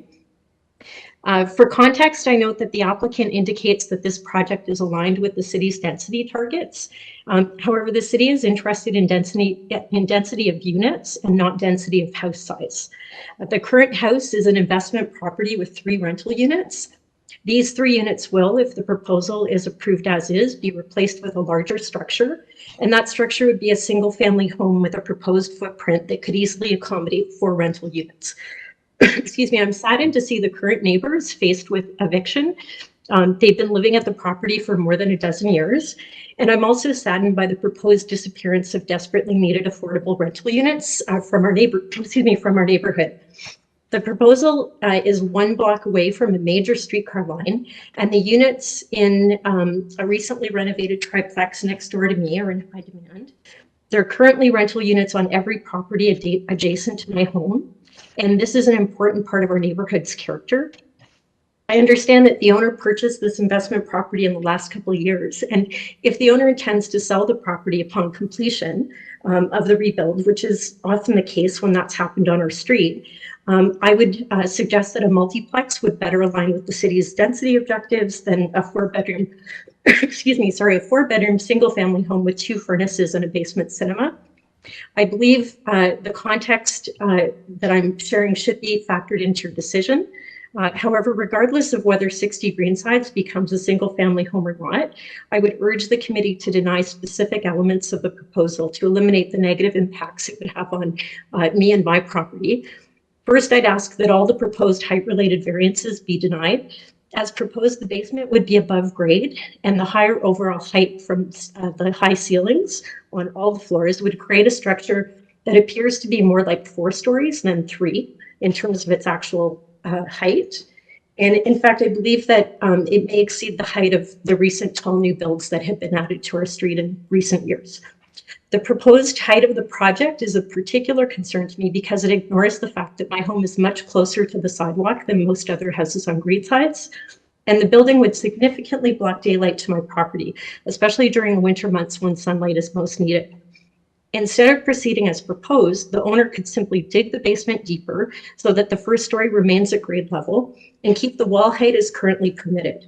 It would still be an exceptional family home.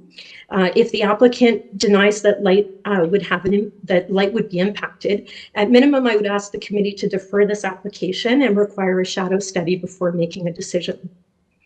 Second, I ask that the percentage of glass currently proposed on the east front side of the building be reduced significantly, particularly on the 2nd and 3rd stories. As proposed, there appears to be more glass surface area on this new facade than there is on the large condos on St. Clair West, which are in our area. The condos are significantly further from the neighbors they face than this structure would be from my home.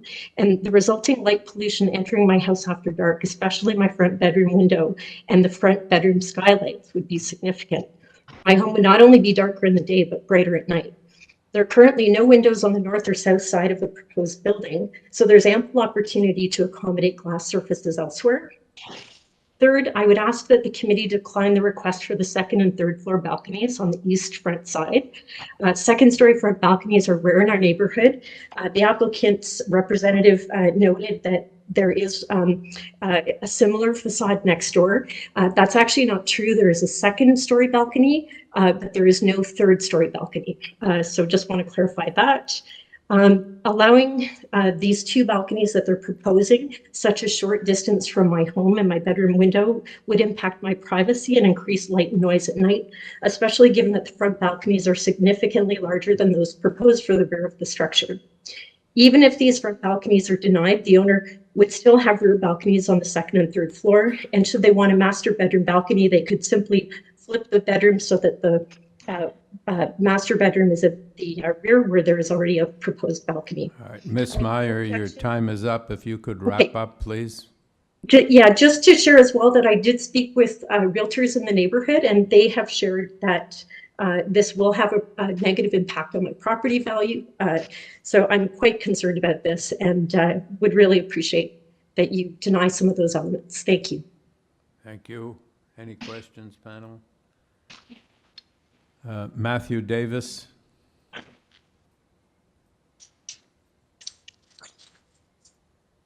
Hello? Mr. Davis? Yes. Yes. Hi, how are you today? Good. Can we have your name and your address, please? Sure. My name is Matthew Davis. I own the house immediately south at 58 Greensides. Yeah. Go ahead, sir. Yeah, thank you very much. I looked over the house plans. We've owned the house for 15 plus years. And did a lot of, again, extensive renovations to our house, including interior renovations. The house that's currently on the site right now is, I'm going to disagree with my neighbor. Unfortunately, I do think that this will improve the property values.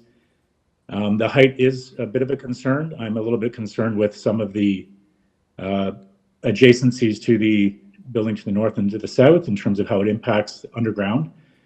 And any potential damage that might cause. But that aside, I do feel like there is some benefits to having this project move forward.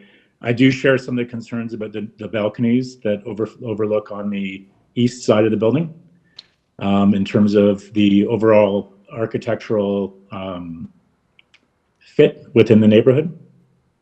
But other than that, I don't have a ton of concerns. Thank you, sir.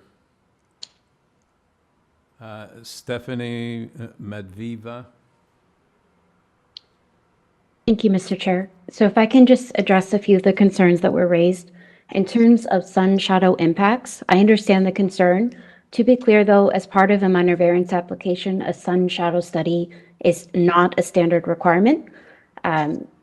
So I would respectfully request that that not be imposed as a condition. It is quite costly to undertake and is not a standard requirement at this point in the process. In terms of rental unit removal, the anticipated tenure of the property is for a single-family residential dwelling. I understand that it is currently not used for that. There are obviously policies that protect rental units. The intention is not to require the existing tenants to be relocated or just simply evicted without any prior notice, so the proper procedures will be undertaken. Finally, in terms of the height concern, the city's bylaw requires maximum building height to be measured from established grade to the top of the roof.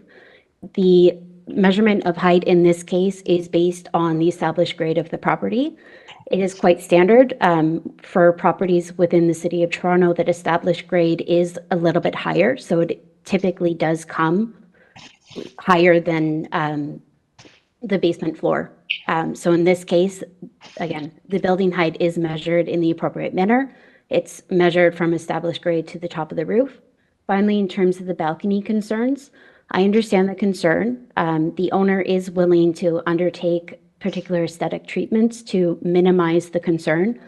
So we would be open to a condition, for example, that would impose frosted glass treatments or something else to satisfy that concern. Thank you. All right, thank you. Any questions, panel? All right, we're now in committee. Any comments anyone wants to make? Yes, Yim? I sort of echo Sahid's suggestion about the rear yard soft landscaping. And I think I do not agree that for a real, this is like a brand new building and cannot meet that requirement. If we were going to approve it, I would say that we refuse variance number 1. Yes, here. Similar to Yim, I can't support variance number 1. With regard to the other point that a couple of folks have raised, and that's the balconies, I was going to mention to the agent that the roof line treatment, I think, negates that concern because the actual portion of the balconies that are visible from side elevations is minimal. So I don't have a concern with that piece, but I do have a concern with variance number 1. Peter? Thanks, Chair. I'd agree with my colleagues on variance number 1. I think the opportunity is definitely there to address this. And I agree, I think the balconies as proposed are a good solution being inset into the building. And the rest of the application as a whole, I think is a pretty sensitive rebuild with the angled roof line at the front and the rear and sticking largely to the existing footprint. I think it fits in with the neighborhood. So I'm happy to move a motion for partial approval of the application, except with the refusal of variance number 1. So I just wanted to say that this is a 13% reduction. I agree this is a new house and there's an opportunity to comply with the soft landscaping, but we also have to be cognizant of the fact that you're constrained by the size of the lot, and we're not,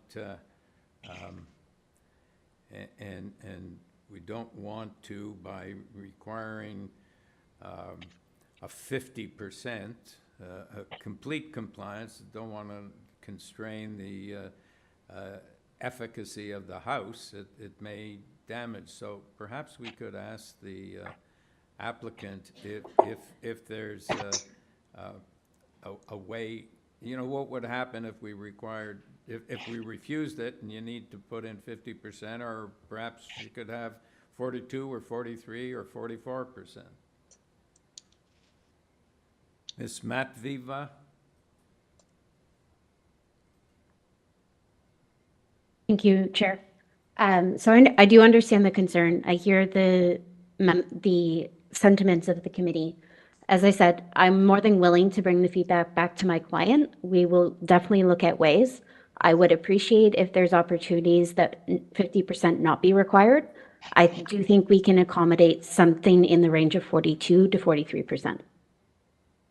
Okay, well, we have to decide today. We can't have you consult with your client after the I understand. After the fact. So give us a percentage that your would be acceptable.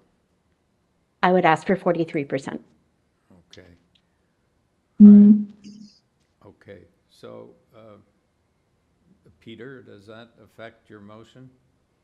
Well, I think I would be supportive of 43%. I think that's a step in the right direction. And I do understand that there are limitations in terms of the rear with the existing garage. I'll let my colleagues weigh in, but would note for the applicant that we would need what that is in square meters as well. Yeah. Yes, Yim? I can't make myself supporting something that they might do, and if they can actually, I think there's opportunity. You know, the deck is pretty large. I think that is not so difficult when I look at the layout that to meet, because the deck is only the basement and the ground floor. I support the refusal. Not 43%. Is what? But I didn't understand what you said, Yim. Do you support 43%? Okay, I do not support 42%. I support the refusal of variance number 1, the earlier motion. Okay, and Zahir? Thank you, Chair. I'm kind of conflicted between the two. You know, on the one hand, the applicant was very easily able to increase the request by 6%. I take Yim's point as well, that there's opportunity, and by the same token, it's 43% is better than the 37. So I'd be quite happy to move a motion to approve with 43% and waiting for the square meterage. Okay. Ms. Matviva, could you give us the square meters of 43%, please? Yes. Bear with me while I just run that calculation.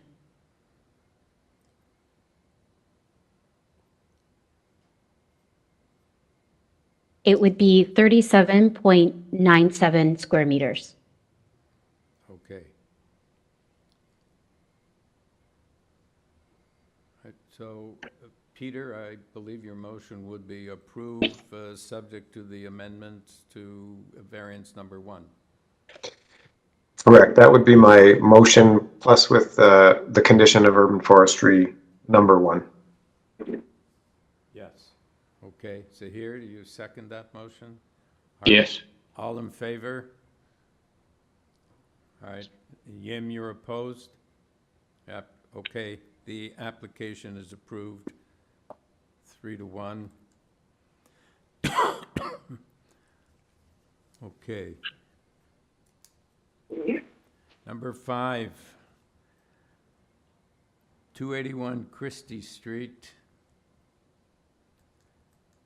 Purpose of this application is to construct a 2-story ancillary building, a detached garage and laneway suite in the rear yard abutting the laneway. There will be a laneway suite installed on the 2nd story of this ancillary building.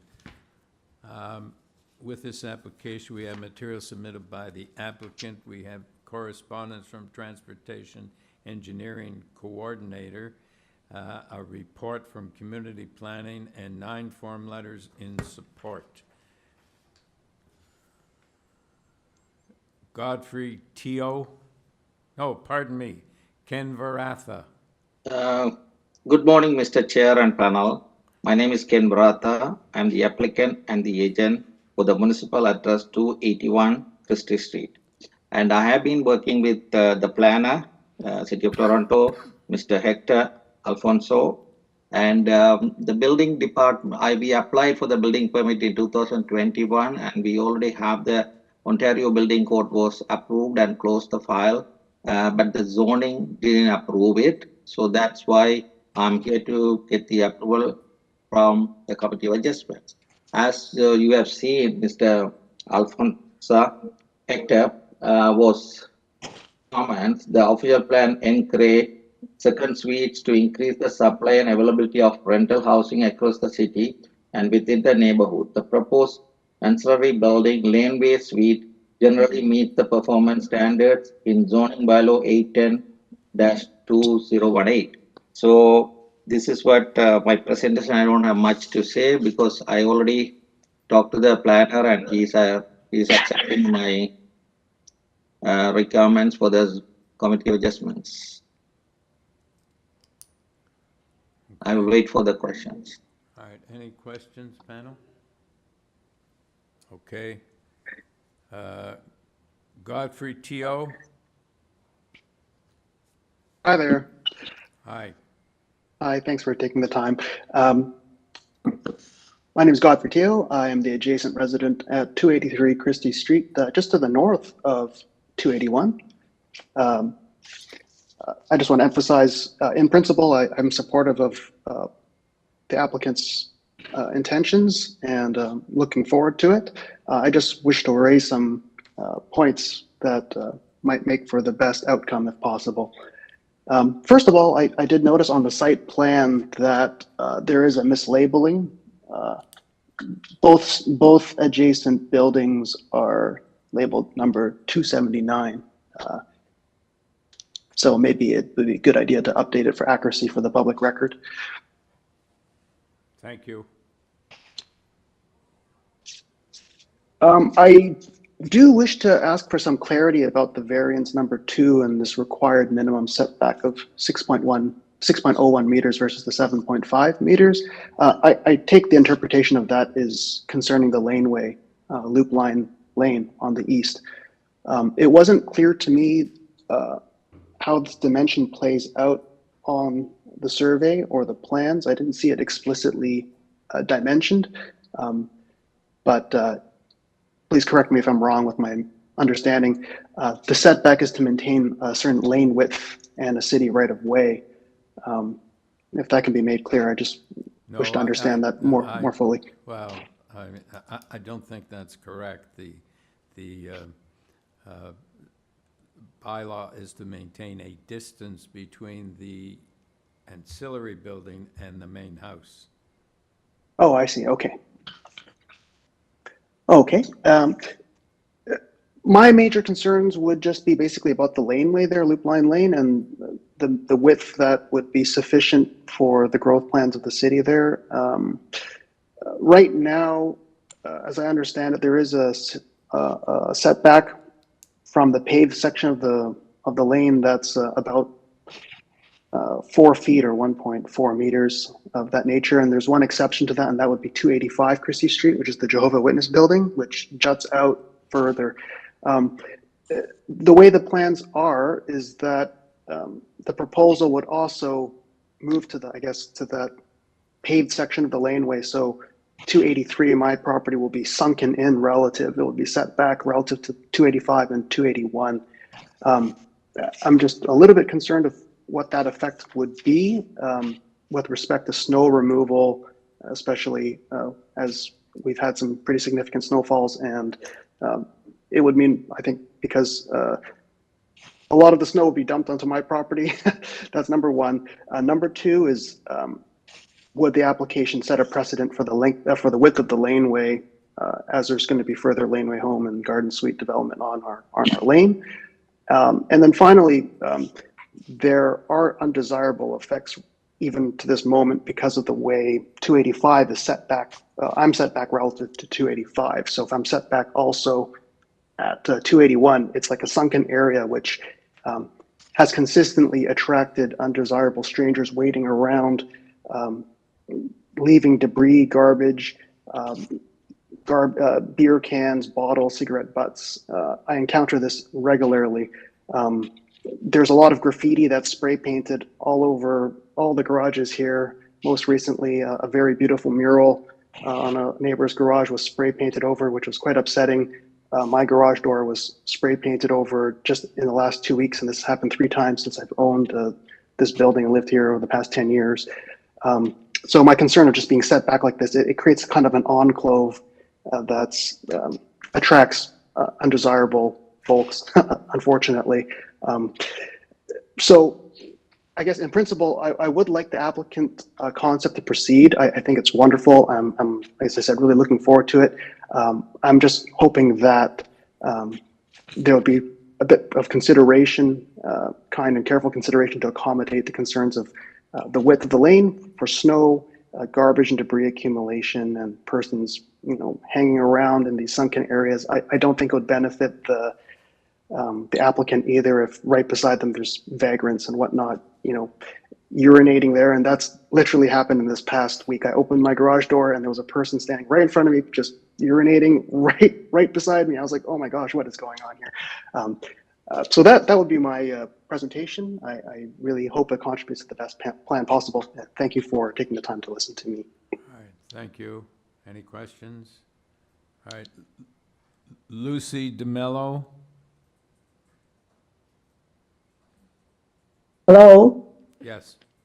Hi, my name is Lucy DeMello, and I live right next door at 279 Christie Street. And my concern is just with the construction, any damage that might happen to my property. And I mentioned this because. All right, Mr. Mello, we don't have any. We're not concerned with the construction. That will.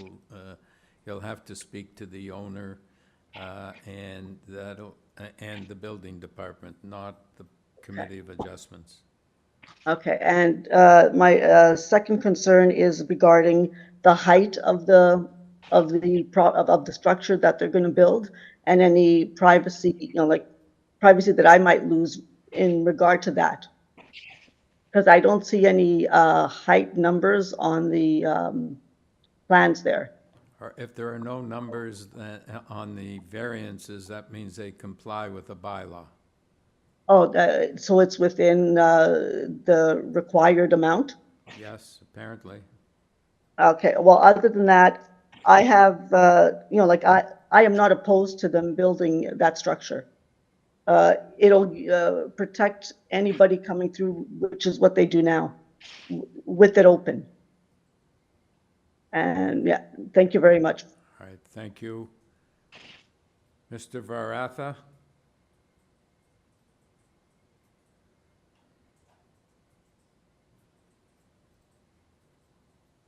Yeah. Yes. Yeah. Hello? Yes, you're entitled to rebut any of the proposed suggestions or comments that your neighbors made.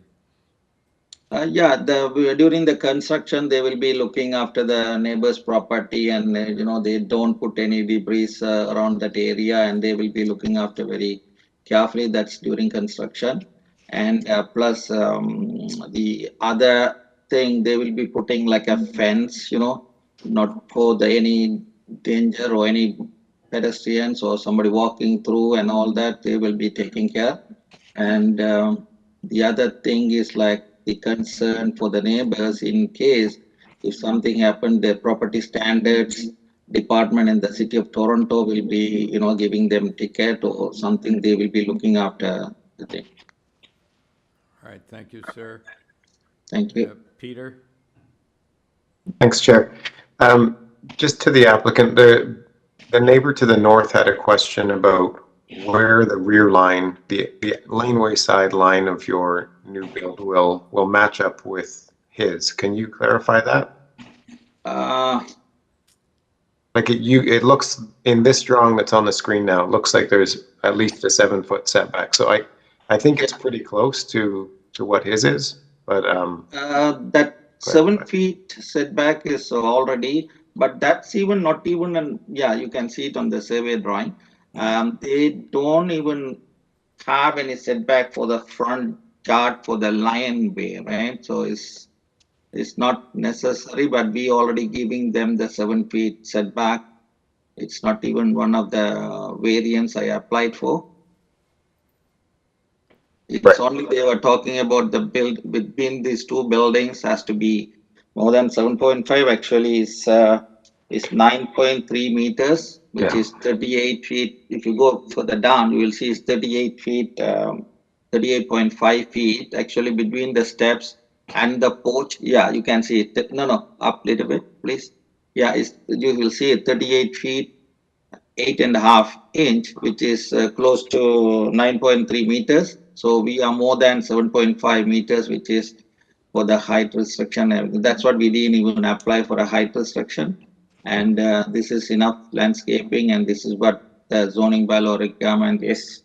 Between 5 and 7.5 meters is 4 meter height, and 7.5 and more is going to be more than 6.4 or something. Okay, thanks. Thank you. Yim? Yes, actually, Mr. Chairman, you have tried to explain the variance number 2. I still cannot understand it though. I don't know where the 6.1. I think I know it, Yim. Yeah, okay. Tell me. I think it's because this is in an MCR zone and not a residential zone, and laneway suites aren't allowed by nature in MCR. So I think that 6.01 is how far this is to the adjacent residential zone. To the adjacent, which that's what I'm. Which I assume is just to the south of here, or maybe to the east. Yeah, I don't know. Yeah, that's to the okay. adjacent I'm trying to resident. understand. I understand what it says, but I cannot find which zone abutting residential zone talks about. Okay. Yeah, it's not shown in the drawing. Yeah, but you're right, I was wrong when saying it was the distance between the ancillary building and the house is this distance from the another lot in the residential area. Oh. Okay, any other comments, or do we have a motion? Sahir? Thank you, Chair. Having listened to everybody, I think this is a fairly reasonable application. I also note that planning has indicated suggested that the proposal be accepted, that it's acceptable. So there are no other conditions attached to this one. I'd be quite happy to move a motion to approve. Yeah, I don't think there's anything, no forestry. There are no conditions, so I'd be quite happy to move a motion to approve. All right, do you second that, Yim? Okay, all in favor? Have your approval, thank you. Number 6, 45 Poplar Plains Crescent.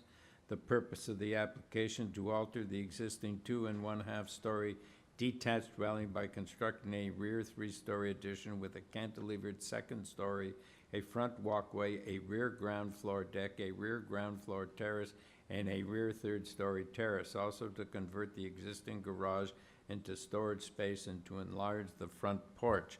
With this application, we have materials submitted by the applicant and correspondence from Transportation Engineering Services. Nicole Vazhar. Weisler. My address is 236 Emerson Avenue, and I'm the designer and agent for the renovation at Poplar Plains. Right.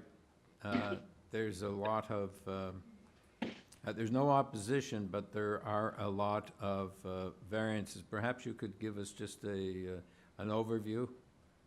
Sure, I'm happy to give a presentation. Brief one. Okay, perfect. The home at Poplar Plains is an existing 3-story dwelling with the attic fully built into the sloped roof. The owners have lived in the home for a few years now and are hoping to add more livable space to accommodate their growing family. The proposed 2-story rear addition will allow them to modernize the main and 2nd floor plans and provide much needed space for this young family. The homeowners delivered plans to 6 adjacent neighbors to the left and right, the 2 in the front and 2 in the rear. The owners have been speaking with 43 Poplar Plains, with whom they share the right-of-way. The owners did not have any expressed concerns. They were hoping to clarify how the construction would impact their parking. We are working with them to find alternate parking options, and we believe that they are in support of the application. After receiving our introduction letter, the owners of 208 Cottingham also reached out to us. They were generally happy with the proposed renovation. They had concerns about privacy, grading issues, and also they were hoping that an older leaning fence would be repaired.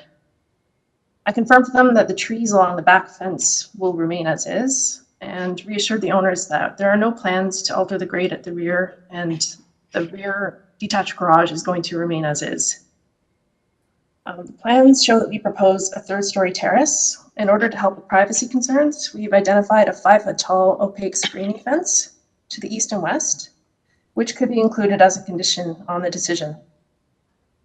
I'm happy to provide further information if required. Let me know if you have any questions.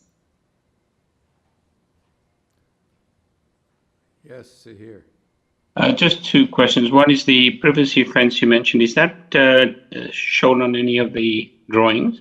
It will be on the submitted plans with the original application on the side elevations, and the rear elevation will show it. Okay. And it's not on the plans. And the other, thank you. And the other question that I had was just, could you just speak to the variants 2 and 3 soft landscaping? Are those existing? And am I to assume that these will remain? This is what you have, and this is what you are going to be keeping. I'm happy to speak to them. To the front yard, when we got our first zoning notice back, I crunched as much as I could to increase the soft landscaping. You can see the front yard footprint is very small, and we have a shared right-of-way and a legal parking pad. So there was not much I could do. I can say that beyond the property line, it's all grass except for an existing walkway. So we really did try to maximize as much as we could the green space there, but it's a very limited front yard. On the rear, aside from a modest deck, there is the existing garage that's taking up a portion of the available soft landscaping. But aside from that terrace, everything is to remain grassed. So we have not added any patio stones or anything to take away from that green space. Thank you. All right. Any further questions? Okay, go into committee. Do we have comments or do we have a motion?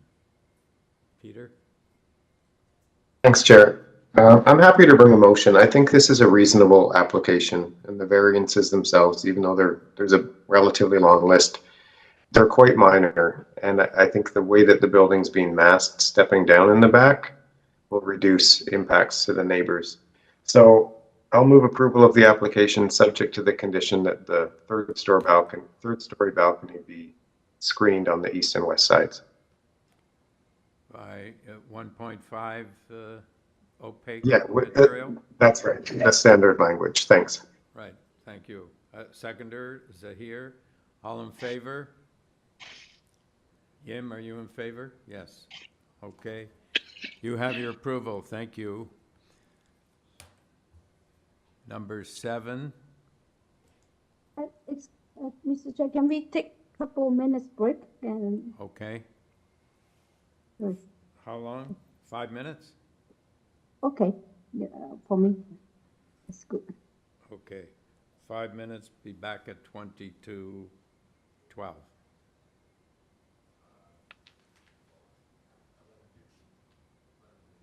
Pardon?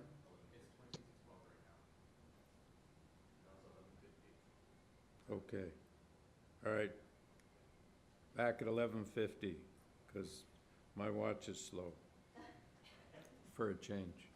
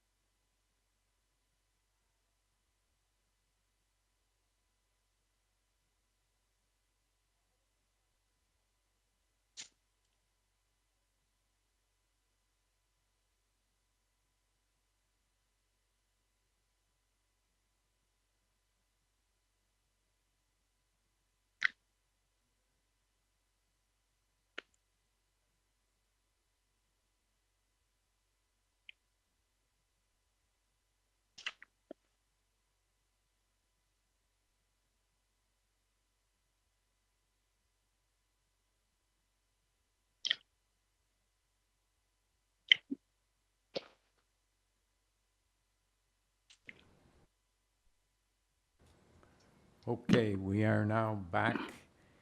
The next item is 7 and 8, 129 and 131 Kenilworth Avenue. With these two applications, we have material from the applicant only. And Alexandra Nitsopoulos. This is Alexandra Nitsopoulos. I'm the owner of 129 and 131 Kenilworth. My address is 28 Spires Street in Springwater. And I'd like to thank you for taking the time to listen today. So we're back to Committee of Adjustment because of a minor variance that was missed the last time when we were at Committee of Adjustment regarding the interior floor percentage of the secondary suites. And just to give you context, there was already 3 rental units in each side. So the main floor were there, the second floor, and both legal. So I'm just trying to legalize the basement apartments. And we did submit the existing, exact same plans last time we were at committee, but I guess during zoning review, for some reason it got missed. So I'm back just to see if we can get the 66% approved, because we really, we're in a community with a very family-oriented community in the beaches with a public school across the street. So our tenant profile is a lot of families. So we would really like to have that second bedroom, and that's why the percentage, I guess, is what it is. All right, so I just want to clarify a couple of points. These are semi-detached dwellings? Yeah. All right, in one ownership? Yes. Okay, but they're separate applications. We went in with a single application last time, but this time you guys requested that we split our applications into 2. I'm not sure why. We just followed the procedure. Okay. All right. Okay, so we'll consider them together, but we'll have 2 separate motions. Okay, panel, do you have any questions? Okay, do we have a motion? Yes, Yim? Yeah, from the previous application, there's actually aren't any physical changes. And I think that in the, as the agent explained in the area, I think that it is a good development. So I have motion to approve both. Well, just approve one at a time, because there's a second variance on 131. Yes, that's right. Okay, I approve number 129, Kenilworth. And that's the first motion. Yeah. Okay, seconder, Zahir, all in favor? You have your approval of 129. Now, you want to make a motion, Yim, with respect to 131? Yes, and then I make a motion to approve 131, Kenilworth as well, no condition. All right, so here you second that motion. All in favor? You have your approval of 131. Thank you very much. Number 9, 55 Walmer Road. The purpose of this application to alter the existing 3-story detached dwelling by constructing a 3-story side south dormer addition and a rear vestibule enclosure, the 1-story ancillary building, detached garage in the rear yard abutting Kendall Avenue will be maintained and unaltered. With this application, we have material submitted by the applicant and correspondence in support from 6A Kendall Avenue.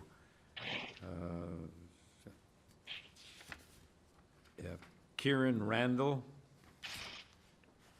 Hi, yes, I'm Kieran Randall from Architectural Instinct. I'm here to speak on behalf of the owners, and we're the architects. Okay, please go ahead. You have some opposition. Okay, absolutely. So as mentioned, I'm the architect and we're advocating on behalf of the owners of 55 WALMER. Our client came to us with a vision and we're aiding them as we actually stand by what he's doing. We believe it's helpful to the neighborhood and in character with this house. This house has a heritage value to it. It's listed, not designated. So we are proposing to reinvigorate the brick, the windows, and the roof in character with this heritage aspect. All of our project is interior in nature, with one exception of a breezeway that we are proposing between the house and its detached garage. Currently, there is a 1.5 meter gap between the house and the garage. It's like an exterior corridor. And we are proposing a volume, a glass enclosure in a crystal style, which will go well with the heritage aspect, that would extend that 1.5 meters between those two volumes. In short, this small breezeway causes a series of minor variances that seem more significant than they actually are, because when joining the garage structure to the main house, the garage ceases to be considered as an ancillary building, which causes the building depth, the FSI, and the rear setback variances, because the ancillary building, being the garage, is no longer exempt from these indexes. I can explain each item one by one, as they were noted on the bylaw. Not on the bylaw, on the zoning notice, I mean. The first item is just making reference to the Heritage Act and that this building is listed. We've already been in coordination with Sheila Messina and Amir Nissan, whom have signed off via email, given their support. The actual items that do require variances. The second item, being the required rear yard setback, is now being measured from the back of the garage and not from the house, because, as mentioned, the garage is now integrated to the main building with this breezeway that we're building. Therefore, the measurement from the back of the garage is 0.04 meters instead of the 7.5, which is as a right minimum. However, the addition that we're putting, this breezeway, is actually 7.4 meters away from the rear. The site plan on MV01 shows this fairly clearly. Similarly, to point number 2, we have point number 3 that speaks to the rear to the building depth. Once again, the garage is now integrated into with the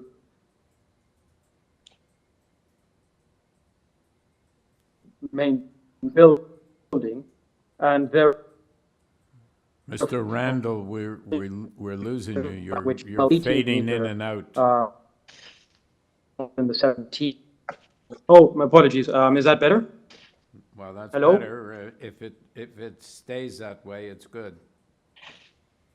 I'll speak a bit louder and hopefully you can hear me.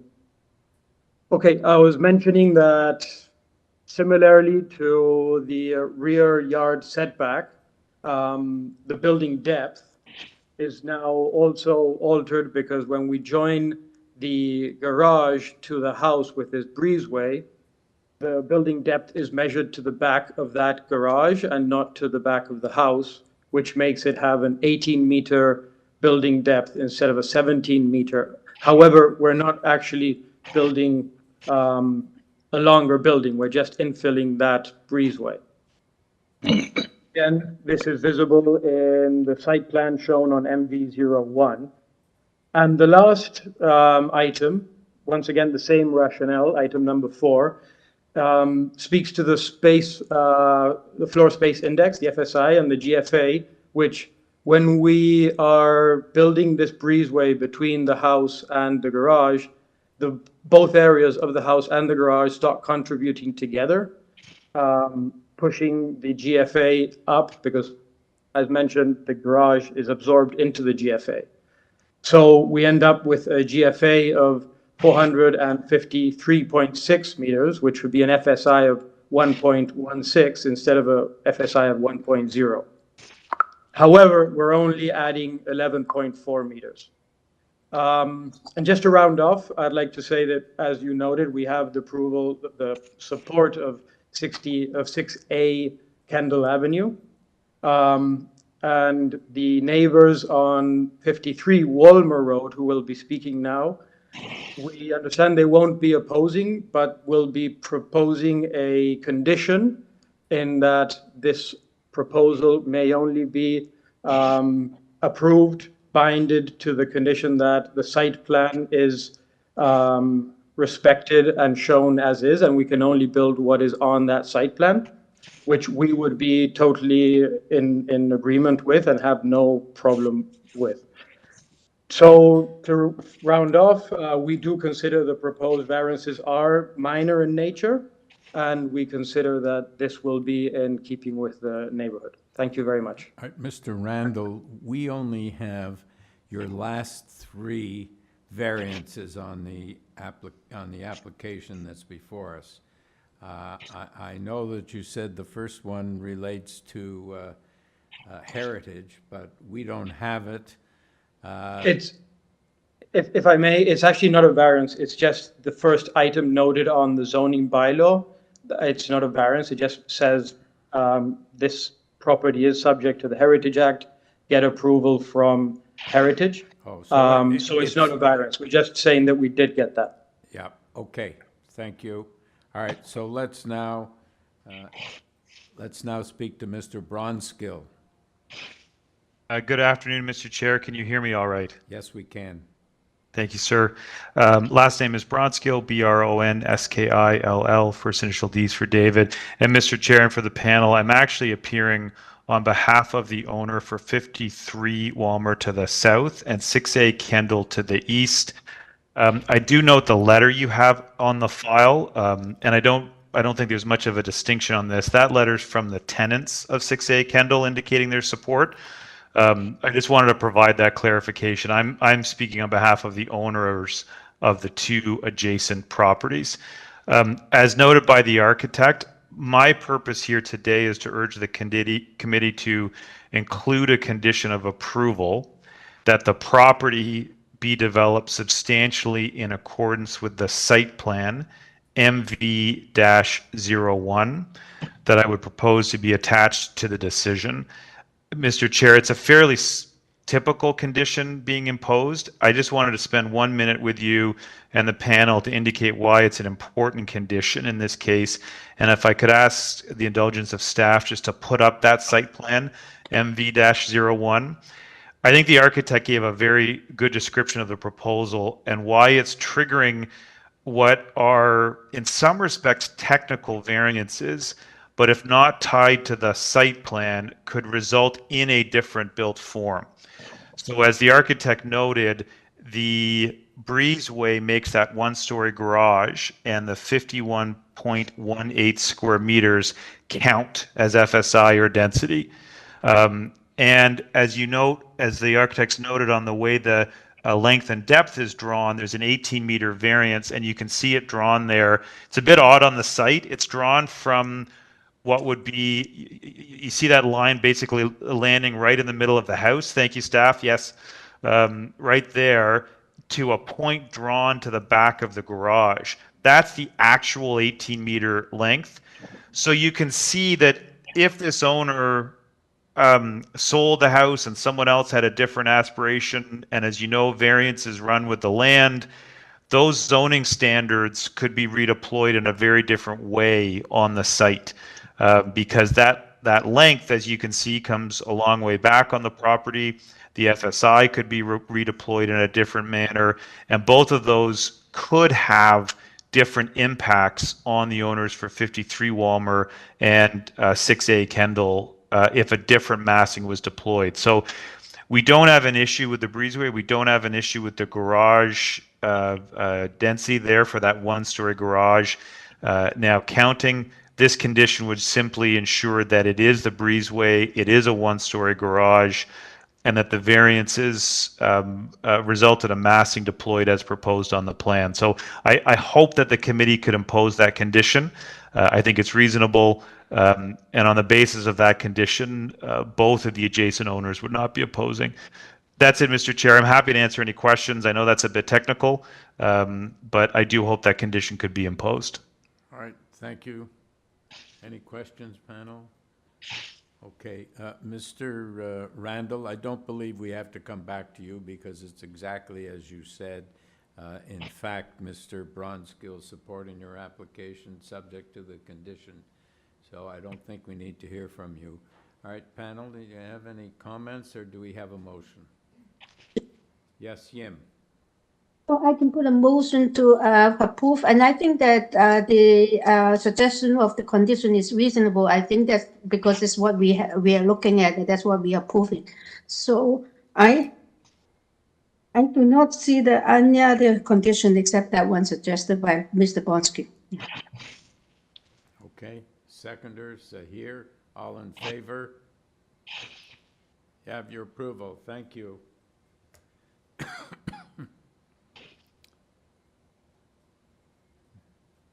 Number 10, 11 Fairview Avenue. The purpose of the application to alter the existing 2.5-story detached dwelling by constructing a rear 2-story addition, a rear basement addition, a complete 3rd floor addition, a rear ground floor deck, and a 3rd floor balcony.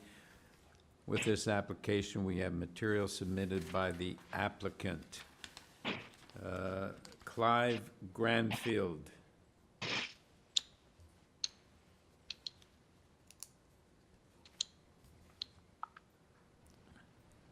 Mr. Clive Granfield, you have been unmuted. Yes, my name's Clive Granfield, 194 Howland Avenue, and I'm representing my client. Can you hear me correct? All right? Yes, we can. I know there's going to be questions about variance. We don't need a presentation, but I would like you to comment on variance number 3 because I know my panel it will be asking you questions about that and whether it can be improved.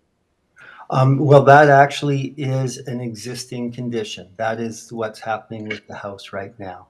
The east trough basically goes to the property line on the existing roof. It's there now. No, variance number 3 deals with rear yard soft landscaping at 28% when it's supposed to be it's supposed to be 50%. Oh, okay. I'm sorry. That one's on this notice. I have that as number 5. Basically, with regards to this existing property, the backyard has been paved completely right now, and there is a rear deck where I'm adding the addition.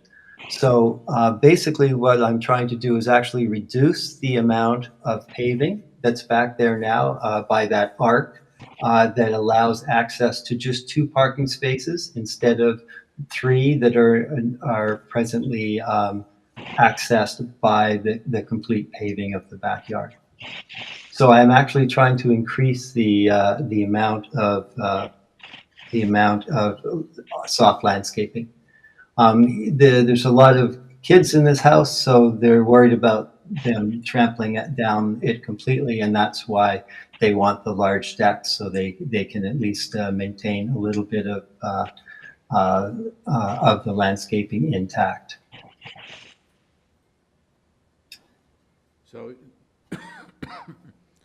you don't believe you can increase the rear soft landscaping? Well, if you look at the site plan, you can see that I have created an arc to access 2 parking spaces instead of the full paving that is there now that makes it all hard. Okay. All right. Panel, any questions? Yes, Yim? Is the deck already built? Is it existing deck? The deck is new. The deck is new. There's an existing deck cannot that goes out reduce- there now, but it goes about 50% out the way that this one goes out. Oh, so, and also it's offset from the addition, right? There's a little gap there. I was thinking. Yes, the intention is that the house sit with rear windows that look out from the basement. And so the deck is really sort of nestled down right to grade. So it's almost like landscaping. The intention is not to have it, right now it is raised, but this one's going to be lowered right down to grade so that it basically appears to be part of the landscaping. So underneath the deck, material is paved. It's paved with material now, or are you going to make it into more like take it out and make it more permeable underneath the deck? Yes, the existing paving is all going to be ripped up, and just the arc that I'm showing there now to access the 2 parking spaces will be left. The rest of it will all be grass. So there'll be planting between the house and the deck. So I want that to be a green edge, as well as you can see it floats away from the property as well. So I do want the deck to be surrounded by landscaping, soft landscaping. I'm trying to make this look as green as possible. The neighbor to the south also has the same situation, and they're completely paved as well. So we're just trying to increase the soft landscaping, to increase the livability of the backyard. So can we put if we suggest a condition that the area underneath the proposed deck will be permeable? I have absolutely no problem with that. That's our intention. Okay. So you can certainly put that condition in. Okay. So what material is the deck made of? The deck will probably be a composite material that doesn't rot. Will there be gaps between the? Yes, there'll be, but basically normally 3/8 inch gaps between each board. The boards will be 5.5 inches plus the nominal 1/2 inch to 5/8 gap. Okay. So water will definitely go through the deck and to below. There will not be any runoff as a result. Right. Thank you. Any further questions, panel? Okay. Now we're in committee. Do we have any comments, or do we have a motion? Peter? Thanks, Chair. I think Yim's comment is a good one. I think that, the rear yard soft landscaping is deficient and quite significantly, but I think there's a limited opportunity the applicant has to improve that significantly, just given the access to the garage and the fact that it is a marked improvement over what's there now. So I'm happy to move approval of this, subject to the condition that the area under the rear deck be permeable. All right, do we have a seconder? Yim, all in favor? Have your approval. Thank you, sir.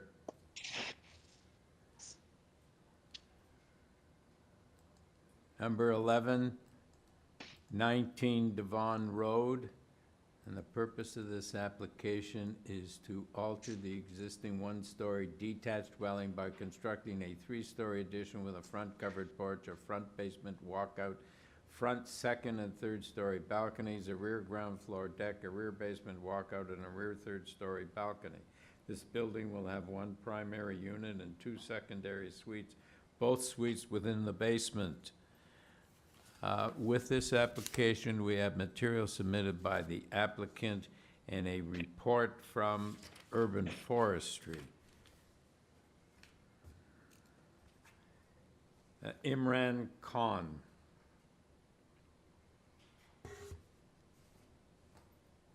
Hello. Hello. Yeah, good afternoon. This is architect Imran Khan. I'm the agent on behalf of the owner. My address is 1906 Parkside Drive, Pickering. This is just we are trying to. So, sir, I don't think that we need a presentation. It's reasonably straightforward. Yeah. Okay. Panel, do you have any questions? Is it here? Thank you, Chair.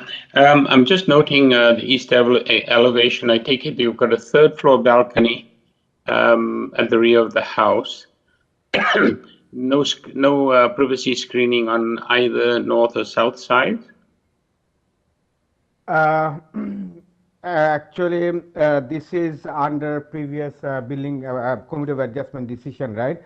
So this building is under construction, and we got the permit for whole building alteration and addition already, right? This is the 3-story already done the construction. This is if we can provide the privacy screen if required by the neighbor for the neighbors' privacy. But it's under construction, so anytime we can add, right? So you'll be okay with the condition for privacy screening on the, I believe it's the north and south side? Yeah, we are okay. Good, thank you. All right. Any further questions or comments, or do we have a motion? So here, go ahead. Thank you, Chair. This is a very straightforward application, and I'd like to move approval with the one condition that the third floor rear balcony have privacy screen added on the. I've got to make sure I get the right sides. I'm not sure if it's a south and north sides, because I think I was looking at the east elevation, so that would be the north and south sides of the balcony. I think there's also an urban forestry condition number 2. That's correct. That's correct. Okay. So sorry, is it at the back, at the balcony, the back balcony? That's right. The rear balcony, rear third floor balcony. Okay. Do we have a seconder? Peter, all in favor? Have your approval. Thank you, sir. Number 12. 141 Donlands Avenue, and the purpose of this application is to alter the existing 2-story semi-detached dwelling by constructing a rear 1-story addition. With this application, we have material submitted by the applicant, a report from community planning. Mr. McAuliffe. Speaking, Patrick McAuliffe here. Yes. Can we have your name and your address for the record, sir? Patrick McAuliffe, 69 Harris Park Drive, Scarborough, M1L3A8. I'm the agent for the owner. Okay. And this is reasonably straightforward. Through the chair, can we have the agent comment on the purpose of the application and whether or not it needs to be amended? As in, is that rear 1-story addition, has it already been started construction without a building permit? Because I note there is a stop work order on the site. Yes, it was, today it is like 85% built, and that's the result of why we're going to apply for this permit now. Through the chair, in this case, perhaps we should amend the purpose to read, to alter the existing 2-story semi-detached dwelling by permitting a rear 1-story addition, bracket, construction started without authorized building permit, bracket, just to be correct. Okay. Correct. All right. So, yeah, Mr. McAuliffe, I believe my panel is going to question you about variance number 3, in which you have no soft landscaping in the backyard. Oh, that was already worked out with the planning department, and we've now given them a revised site plan, which shows that 50% of the rear yard is soft landscaping. They're now happy with it, and they withdrew their objection to it. So how should variance number 3 read? Or should it be eliminated? Remove it. Yes, remove it. If I may, Chair, there's a planning report that asks for that variance to be deleted. Okay, good. So there's only 2 variances. Correct. Okay, thank you. All right, panel, any questions, comments, or do we have a motion? Sahir. Thank you, Chair. I'd be happy to move a motion to approve with the application as amended. Right. Thank you. Yim, you second that motion? All in favor? Have your approval. Thank you, sir. All right. Now we are at number 13, 1285 Woodbine Avenue. And the purpose of this application is to alter the existing two-story commercial building, three-bay vehicle repair shop by constructing a rear two-story addition to accommodate additional storage space. With this application, we have material submitted by the applicant. We have 17 form letters in support. Mr. Hudson.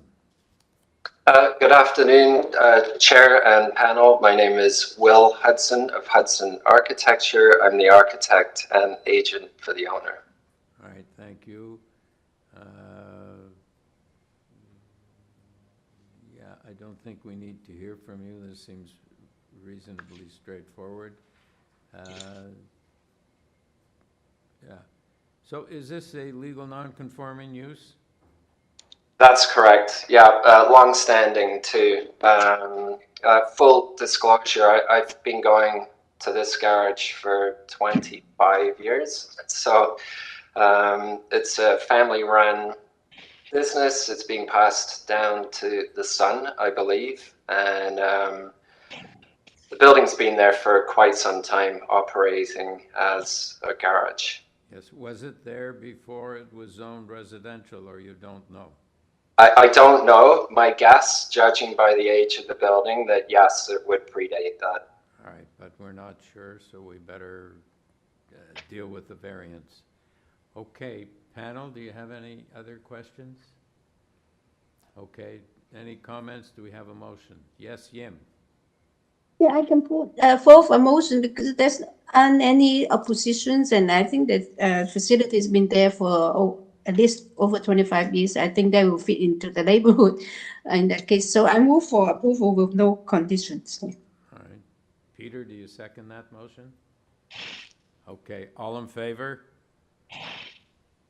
Have your approval. Thank you.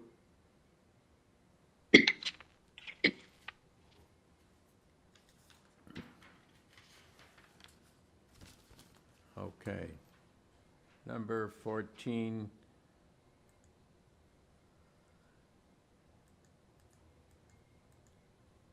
$2949 St. Clair Avenue East. The purpose of the application to construct a new three-story detached dwelling with an integrated garage and a rear second-story balcony.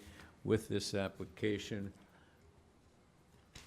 material submitted by the applicant and staff reports from urban forestry and community planning. Mr. Ju? Yes, hi. My name is David. Hold on a second. Pardon? Let me What's your name, sir? My name is David. Last name is CHUI. Okay. All right. And your address, sir? Our address is 54 Berkeley Street. We're the architects and the agent acting on behalf of our client. Okay, so there is some opposition. If you could give us a brief presentation. Sure. Are you able to pull up? Can I share my screen or no? No, well, ask the staff to pull something up. Through the chair, you are unable to share your screen. You can only present materials that have been sent to us prior to today. So if you've submitted something prior to today, you can tell me to pull it up and I'll gladly pull it up for you. Sure. I think, yeah, I can walk you guys through the floor plans. I think that'd be a good start. Okay. So we're proposing a very, currently there's an existing a bungalow single-family residence.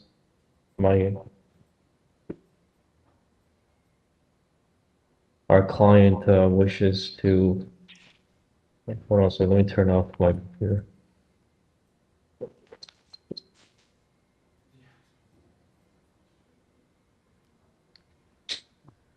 So go ahead, sir. Okay, so my client wishes to tear down the existing bungalow and wishes to remain living here with his growing family and wishes to stay in the neighborhood. We're designing the house, the residence that you see before you. If you can go back one, please. Okay, so that would be where the vehicle would be parked in the so-called ground floor area. We have stairs that lead into the really the main floor. Unfinished basement storage room or some sort of recreation. You can go to the next drawing, please. The main floor is effectively the ground floor. Is where you come up, enter into a typical foyer, your closet areas like the powder room, a larger kitchen, little seating area, and a covered terrace towards the back. And then on the upper floor, please, we have our master suite and the two bedrooms for his growing family. The elevations, I think, is the next sheet.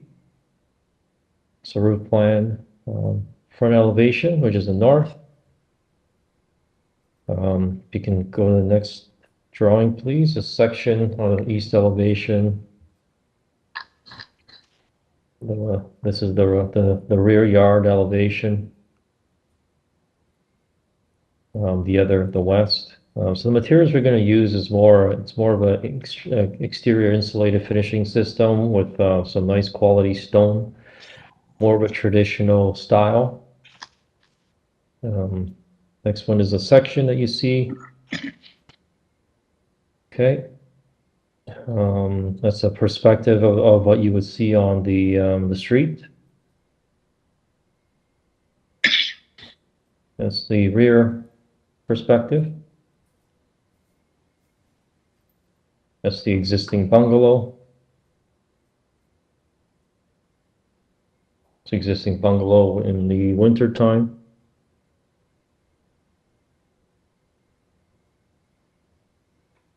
Okay. It's a rear yard.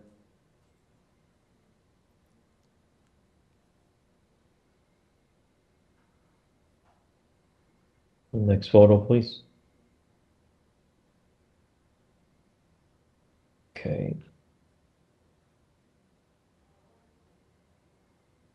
Okay, can you pull up the, I guess, can we go through the bylaws then?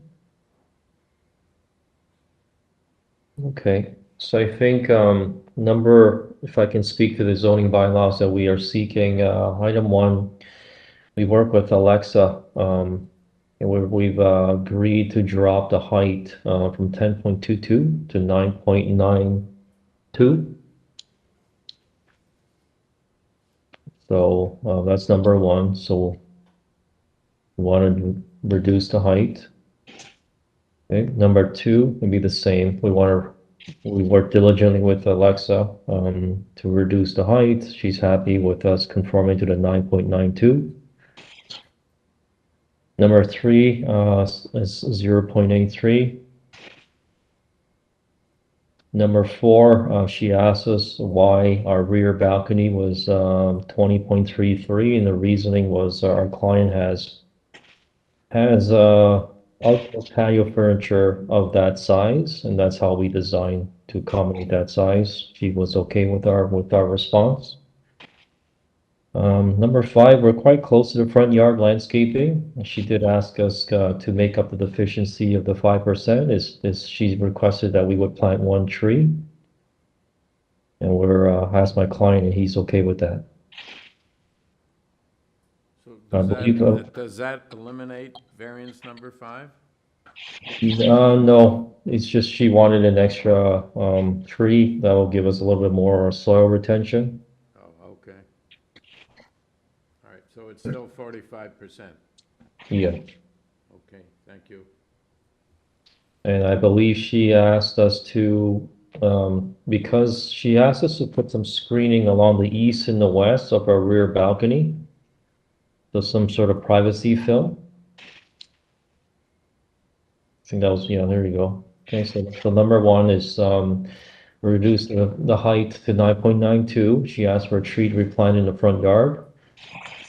And then she's asked us to put a privacy film along the rear balcony, up to 5 feet.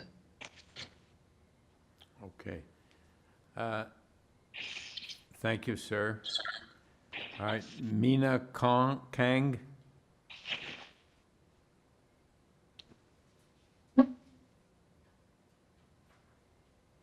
Sure. All right, Ms. Kang, are you there? Hello, can you hear me? Yes. Yeah. All right, great. So I'm here to represent Mina Kang, and I'm her son, Jo Kim. We are residents of 2947 St. Clair Avenue East, directly adjacent to the property under discussion. We would like to express our opposition to the renovation proposal until our concerns are addressed. Our main concerns lie with variants 1 and 2, specifically the dwelling height and the height of the main walls, which far exceed the permitted limits. The new house's elevated position on the east side raises the concern that it will block the sunlight on our single-story house until noon. This could significantly affect the natural lighting that enters our home, which impacts its overall ambience and brightness. In addition, it's important to note that the vast majority of the houses in our neighborhood consist of either single-story or double-story dwellings. Introducing a 3-story dwelling in this neighborhood not only exceeds the norm, but also disrupts the established pattern of development. We request that the 2 variances be adjusted to comply with the relevant zoning laws. Also, one additional point we would like to raise is that the property owners or the planning body did not make any attempt at all to communicate with us prior to this hearing. We were only notified about this plan through the city. We believe that open communication and dialogue between neighbors is crucial when considering significant changes to the neighborhood, and the fact that we were kept in the dark about this is unacceptable. And thank you for understanding. All right, thank you. Mr. Applicant, do you want to have any comments? We do. Can you hear me? Yes, we can. Yeah, thank you for your comments. My client, who's also here as well, he did make attempts with his more immediate neighbors. If he did not reach out to you, I apologize on his behalf, but he did make attempts. Second item, across the street from us, there's been a recently, one of the few examples that we did go take photos of. There is one at 2956, which is just across the street from us. And it's also a 3-story. I believe it's taller than we are. And it's a contemporary flat design, which we didn't want to replicate. We wanted to be more in keeping with our neighborhoods and our neighbors. And we felt that having a more traditional roof line would have less of a development density and main wall impact on our neighbors. So it was one of the decisions we made was to not go contemporary, not go flat, not go more boxy, because we felt like the sight lines and more the traditional character of the neighborhoods that we were respected versus what's across the street is something we didn't want to replicate. It's at 2956 St. Clair East.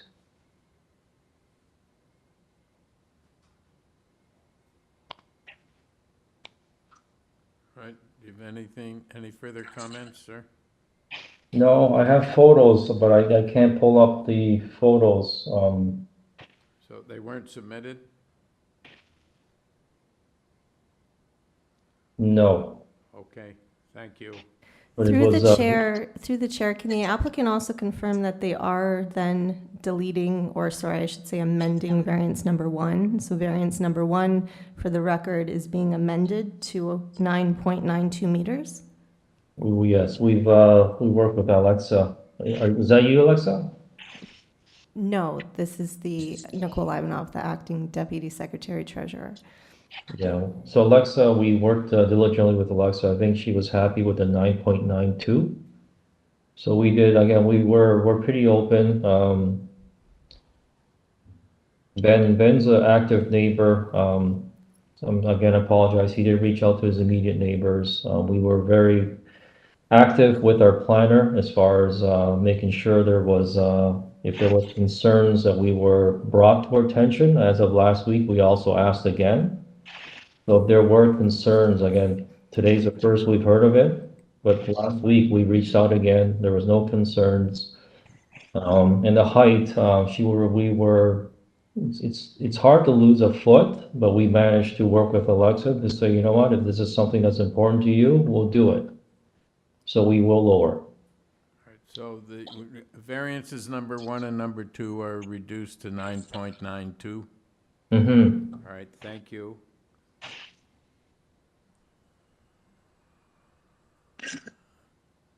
Okay, we're now in committee panel. Do you have any questions or comments? Okay, Zahir? Thank you, Chair.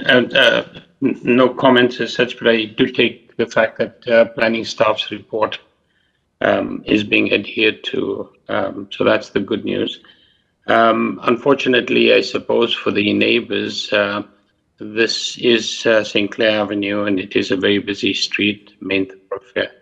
So it's not unusual for taller structures to now be built compared to what used to exist from the past. I think there's only the only conditions are the ones that pardon me, planning staff have presented. I did have one concern, and I was wondering if the materials in the driveway, because it's going to be a new driveway, if the materials are going to be permeable. And perhaps we could always ask the agent again. Outside of the forestry and planning conditions, I think it's an acceptable proposal. Okay, so did you want to ask the applicant about the driveway material? Yes, please. Yes, sir. Can you tell us about the driveway material? Sure. We've tried it on other projects. We just found that over time, it just becomes very difficult to shovel, and just becomes a place where over time you don't get much vegetation growth with very limited amount of planting bed or soil. And just we find it never works, and then we find that in the end, when it comes to shoveling, it's extremely difficult. So I think the compromise, I think we're very close. We're only off by 4%. Planting a tree, we feel is a good compromise that I think works well. If we want to plant additional trees, we're happy to do so. I just find that the permeable pavers are just, you're going to find it's going to be nothing but gravel over time. It's just, there's no good way of in Toronto's climate to manage to have any sort of vegetation growth. If I may just ask you, are you thinking of permeable being the sort of concrete hexagonal blocks with sort of sod in well, apparently that's not what I was thinking either, and I do know that there are paving stones that are permeable, or at least ones that have sufficient gaps between them that allow for drainage. So I'm not thinking of the one that you're concerned about. I understand that it's problematic with snow shoveling. Yeah, I think my client is on the line. I think he's a good client, he's a good neighbor. It's something he would be happily consider if it's something that you want to propose. It's certainly something we would consider. It's one of those conditions that we've applied to many of the applications that are across the hearings, and there's never been an issue with applying it. So I think that would be a condition. Okay, as we can, is that a condition of building permit that we resolve with the part of our site plan? Or something that we want to apply towards our building permit sections to show the permeable pavers? Yeah, I believe so. I believe that Mr. Bayat is recommending this as a condition that you use permeable pavers. Okay. Okay. Any further questions, comments, or do we have a motion? Yes, here.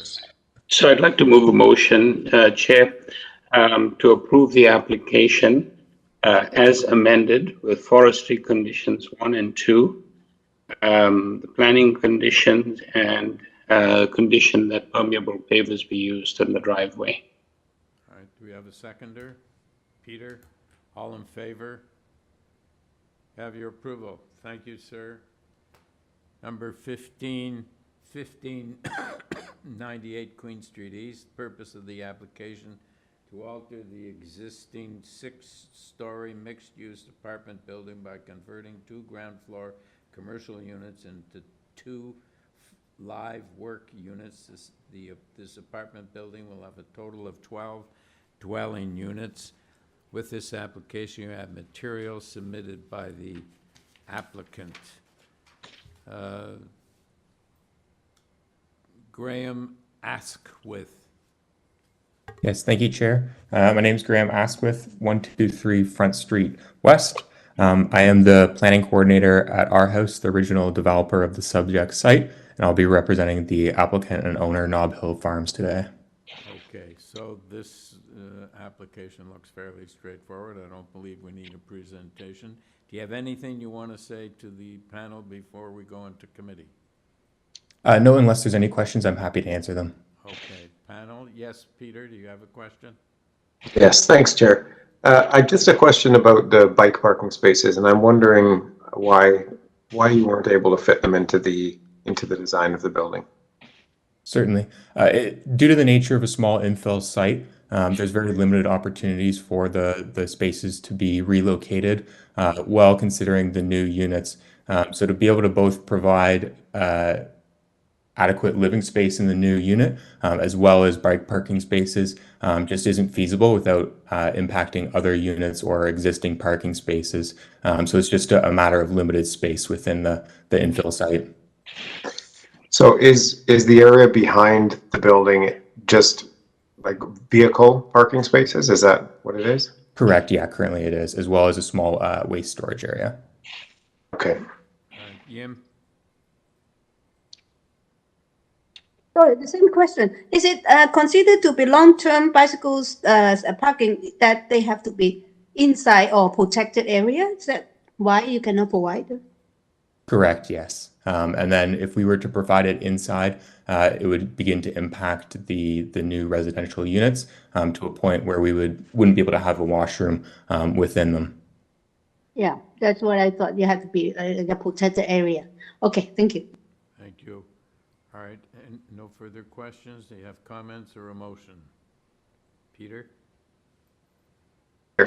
Thank you, Chair. I think this is a reasonable alteration to a new building, and just to provide some flexibility on a Main Street development. I think the variances are small, and I wish that the bike parking spaces could be fit in, but I take the applicant's justification for that. So I move approval with no conditions. All right, seconder, Yim, all in favor? You have your approval. Thank you, sir. Number 162161 Yonge Street, and the purpose of this application is to alter site-specific zoning bylaw 153/2022 OLT to increase the mixed-use building height, increase the total maximum gross floor area, increase the total residential gross floor area, and reduce the minimum length of 26 parking spaces. With this application, we have materials submitted by the applicant.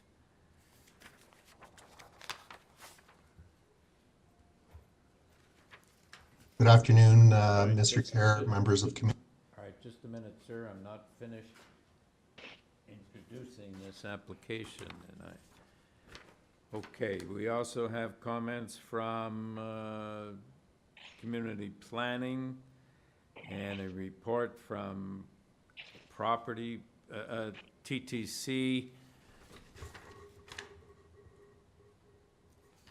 and correspondence in opposition from 2181 Young Street. Mr. Jakovic. Yes, Mr. Chair. Good afternoon.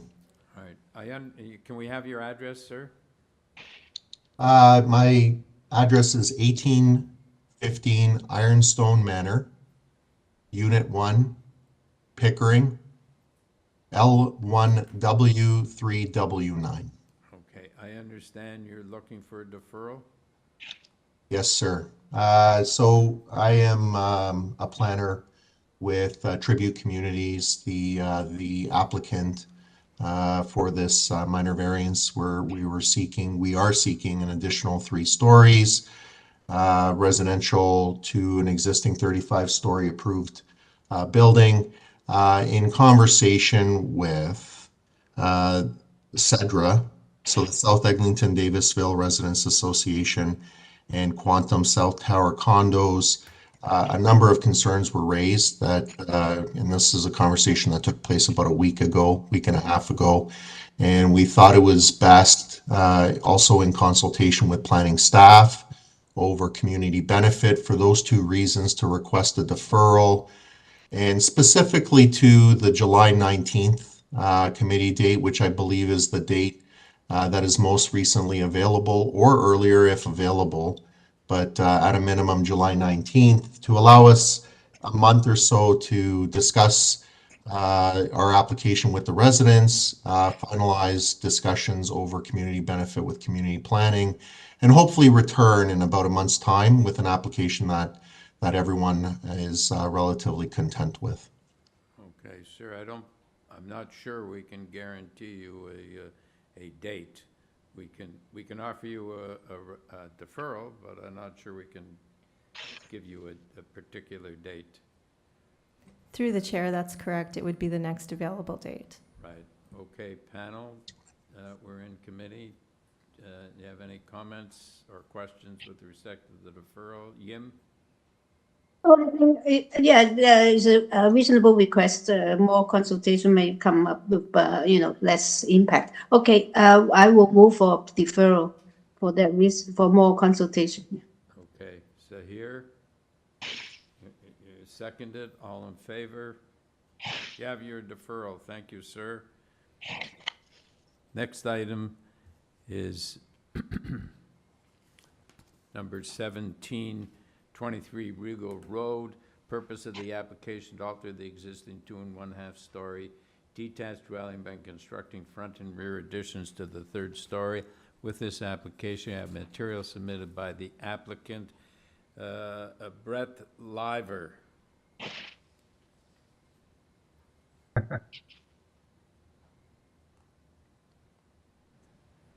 Brett Liver, you have been unmuted. Yep. Oh, did you want me to present? Well, we need your name and your address for the record, sir. Yep, it's Brett Liver, and that's the address is 1215 Queensway Avenue East, Mississauga, L4Y0G4. Okay. I don't believe, seems reasonably straightforward. I don't believe we need a presentation by you. Do you have anything you want to say before we take it into committee? I can't say that I do. I got to say it's a pretty straightforward one as well. Right, thank you. Panel, do you have any questions, comments, or do we have a motion? Peter? Thanks, Chair. I agree. This is a very straightforward application with 2 small additions being proposed, one in the front, one in the back. And I can see no negative impacts from them. So I would move approval with no conditions. All right, seconder, is it here? All in favor? You have your approval. Thank you, sir. Number 1864 Afton Avenue. The purpose of the application, alter the existing 2-story townhouse dwelling by constructing a rear 2-story addition with a rear ground floor deck With this application, we have material submitted by the applicant, and we have 5 form letters in support. Mike D'Oliveira. Afternoon, committee. My name is Mike D'Oliveira. I'm here representing 64 Afton Avenue, and I'm with Replacement Design located at 911 Davenport Road. Okay, Mr. D'Oliveira, I don't believe we need a presentation from you. This seems straightforward. Could you, do you have anything to say before we go into committee? As you mentioned, we do have the 5 letters of support, most importantly from 62. Although there is no letter of support at the moment from 64A, the attached neighbor, we have had extensive discussions with them, and they are okay with our application. They just don't want to sign anything per se. The main variance here, I believe, would be the building depth. And if you compare the front wall of the houses to 64 and 62, those are actually further forward than ours. So when you look at our building depth in relation to them, it's actually quite similar because our front porch is not enclosed, so we don't have that additional depth towards the front of the property. If you look at our site plan, you'll see the dashed line for the proposed front yard setback, which is where building depth is measured from, is well beyond our front wall, but is more or less in line with those neighbors to either side, as I mentioned. Open to any questions you might have, but overall, this fits in with the other approvals in the neighborhood. Thank you, sir. All right, panel, do you have any comments or questions or a motion? Yim. Yeah, I have a motion. I agree. I noticed that the lot is actually very, very deep, and they have a lot of distance at the back. I think that it can actually take in the extra length of the building, and they have support of at least one neighbors. And then I do not see any negative impact. So I move for approval with no conditions. All right, seconders are here. All in favor?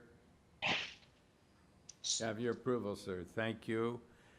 Number 19, 1205 College Street.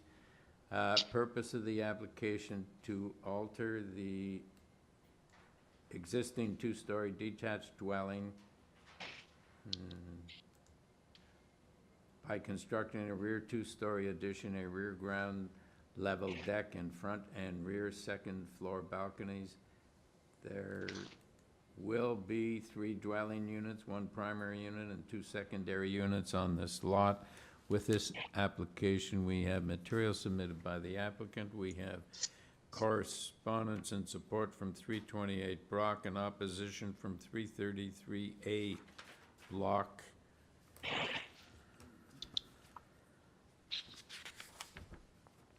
Marco Vieira. Good afternoon, Mr. Chair, members of the committee. My name is Marco Vieira. I'm at 257 Dunraven Drive. I'm the agent and the designer for this application.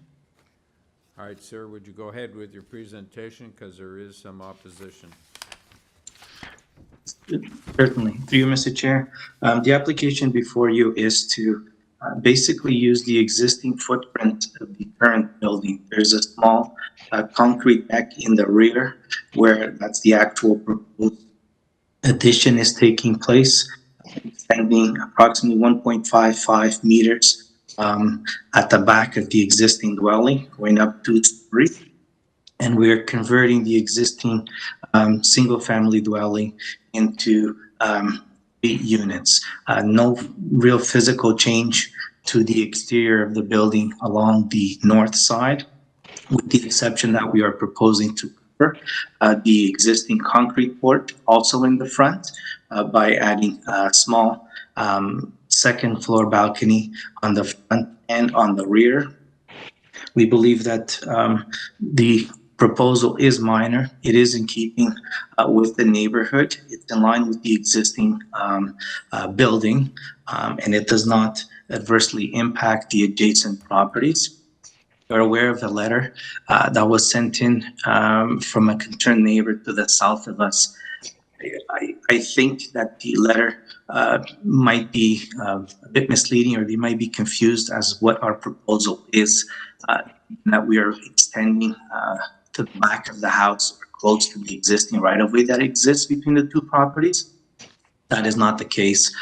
We are simply building up on top of the existing footprint, and in converting the existing dwelling into the 3 units, the basement area is added to the overall FSI, simply because the height from established grade to first floor is less than the basement, which automatically gets added to the FSI overall calculation. No change to the height of the building. And we believe that it is in character with the neighborhood. It is appropriate design, and the variances are minor. All right, thank you, sir. Panel, any questions? Okay, Victor Lau?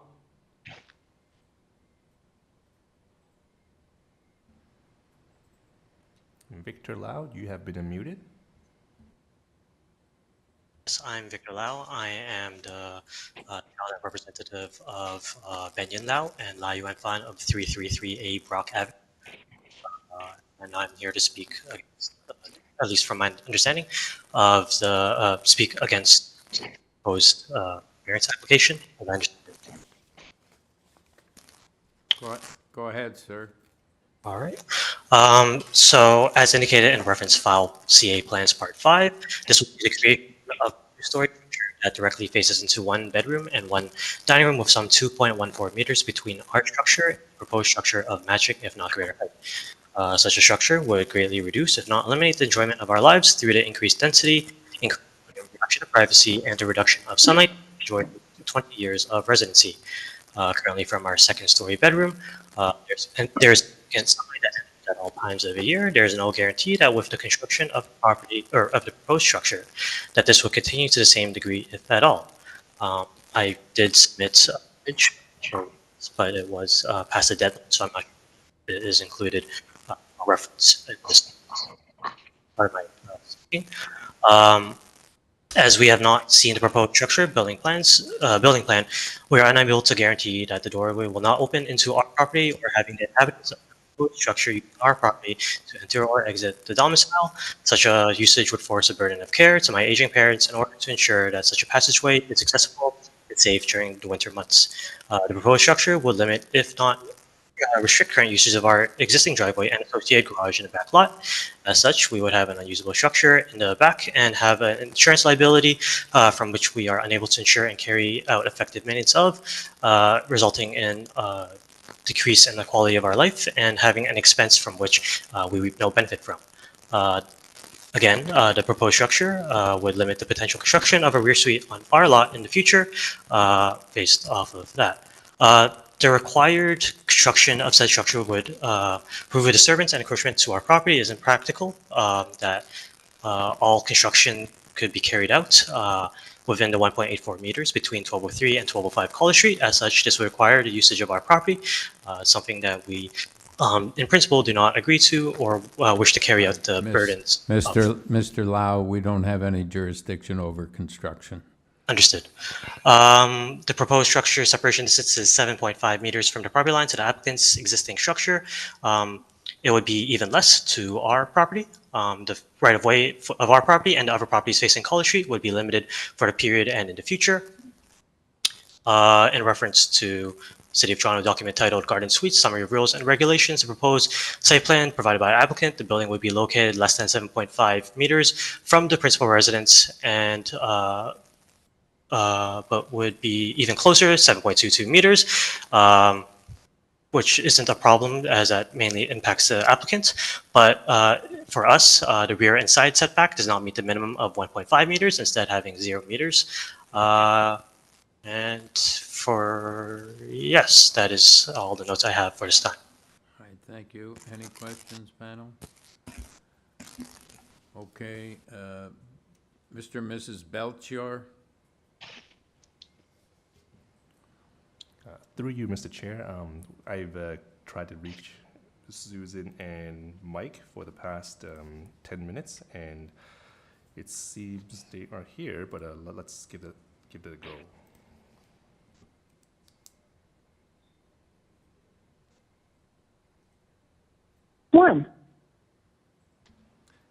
Hello, Susie? You have been unmuted. Susie Mello Belchoir.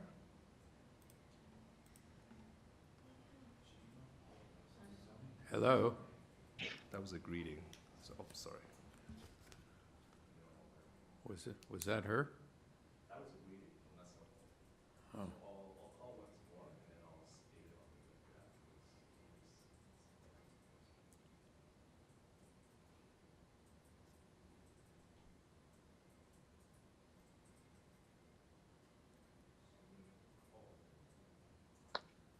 What number do you have? 7882? So that's 4307-0547. Yeah.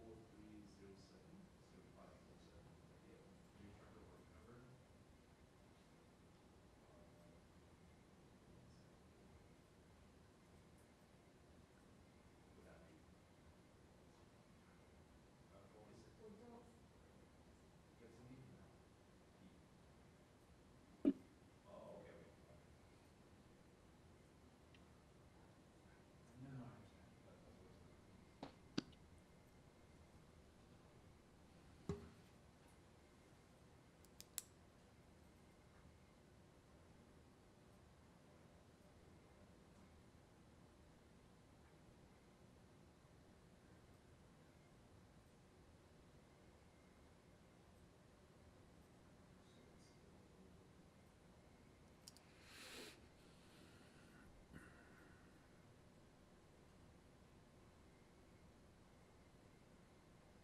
number?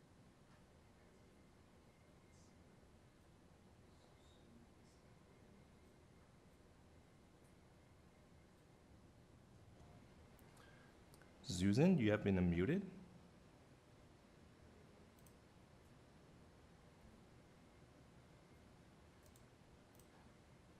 Hello. There we go. Hello, Thank you. this is Susie.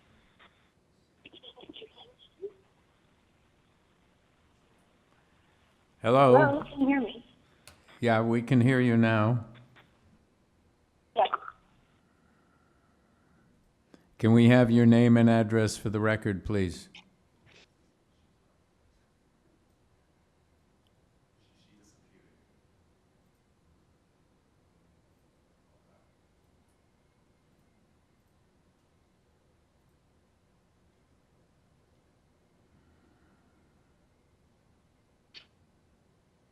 Is she there?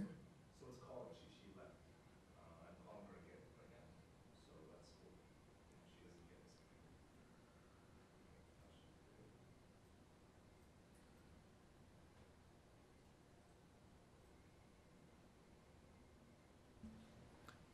Hello, Susie. You have been unmuted. Go ahead. Hello. Susie. Go ahead, Susie. Yep.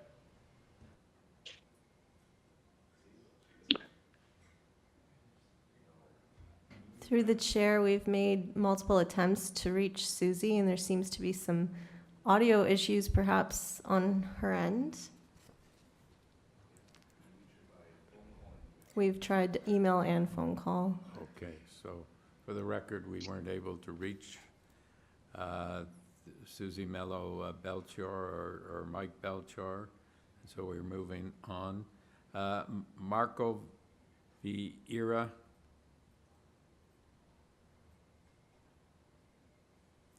Hi, Mr. Chair. Marco Vieira. I'm back. Yeah, just respond to Mr. Lowe's concerns. Through you, Mr. Chair, I think Mr. Lowe's concerns may be a little bit perhaps not understanding the extent of the proposal or having privy to the site plan. We are not extending into the right of way, or nor is the rear yard setback in essence being affected. There's no change along the rear property line along the south. The proposed addition, I guess from the face of the addition to 333A at Brock, is over 12 meters in length. And I don't believe that our proposal to the north of it is going to impact or limit the use of their property. And I do believe that our proposed variances are minor and not negatively impact the adjacent property. Okay, thank you, sir. Panel, do you have any questions? Okay, comments, or do we have a motion?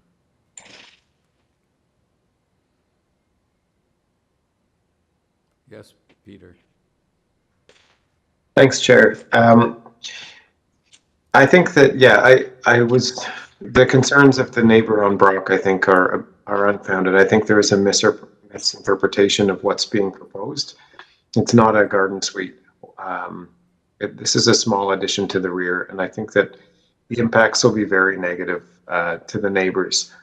Sorry, not be very negative to the neighbors.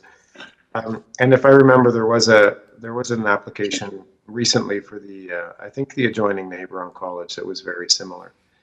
I would like to add a condition for screening on the rear second floor balcony, the east and west sides. I think that it is a pretty tight area back there, and that'll help address some overlooked concerns. So with that one condition, I move approval of the application. All right, we have a seconder. Is he here? All in favor? Have your approval. Thank you, sir. Number 2040 Wiley Avenue. Purpose of the application to alter the existing two-story detached dwelling by constructing two-story front and rear additions, a complete third-story addition with a rear balcony, a covered front porch with stairs, and a covered rear ground floor deck with stairs. With this application, we have material submitted by the applicant, a report from community planning, and reports from urban forestry. Osren Stambuk. Yes, this is Osren Stambuk. I'm at 15 Moreland Road. Okay, thank you. This looks reasonably straightforward. I want to take it into committee. There is no opposition. Do you have anything you want to say before we go into committee? I have a question. Yes, sorry, through you, Mr. Chair. Yes, Ms. Chan? Yes, the question is the staff report that recommending to refuse variance number 3, which is the main wall height on the facing the facing the side lot. That will impact your design, won't it? Through you, Mr. Chair. Yes, Ms. Chan, that would greatly impact it, and my presentation actually addresses that variance, and I do not agree with the planning report at all. And it's also confused about side wall height and front wall height. All right, so would you just comment on that then? Through you, Mr. Chair, absolutely. So basically, I do have to kind of flesh this out a little bit because this is a proposed design that is responding to changing character in the area and new massing of homes in the area that frequently feature 3 stories. And this is where this, thank you for pulling this up because I was going to ask for that exactly. I just want to add that I want to address the wall height and height variance since they appear to be the most concerning by the numbers and that based on the planning report. These variances are being inflated because we have decided to keep a portion of the existing house. And most importantly, the main floor level, which is 1.42 meters above established grade, whereas 1.2 meters is more typical. One reason for this is because the original house is set back further than the 2 neighbors. So with a lot sloping to the front of the property, that means that established grades end up lower than typical. Now, the height of the main floor could have been reduced by a foot or more if we were proposing a new house, but that would not have made sense financially since it adds about $100,000 to the cost of construction for all new foundations, demolition services, and not to mention the additional waste it produces by removing an existing house. In response to this higher main floor, we have kept the ceiling heights modest for this style of house by proposing a 9-foot ceiling on the main floor, 8 foot on the second floor, and 8 foot on the third. But most importantly, these 2 variances are greatly being reduced in their impact due to the proposed built form. You can view this in the elevation, but I think it is most effective in the 3D comparison I have created. And here I will say I do not agree with the planning recommendations. I feel that alternative design that will remove variance 3, which is the wall height variance, has a much more bulky massing. And this speaks to the wording confusion of the planning report, because basically two walls, either the side or the back, can be the full height of the building. So you get to pick which of those two walls are there, are the ones that are the full height. So in the alternative design, actually variance 3 is eliminated, but the side walls are still full height and the front of the house is still bulky, but it's being eliminated because now we're picking the front and back wall. So the planning report speaks to the side walls, but it could be speaking about the front walls just as much, because only two walls have to comply. And this mansard style is one very common way of dealing with that wall height variance. But the thing is, that's where it goes back to my original point, that we are proposing something that is changing with the times, with the character and built form of the neighborhood. In fact, this is such a common design, the proposed design, that I would not be surprised if the zoning bylaw is changed in the future to address this effective setting back of the walls that are provoking a wall height variance. I could easily imagine a rule stating that if a wall is set back from the front wall by, let's say, 2.5 meters in the wall height calculations, or it counts to a lesser amount.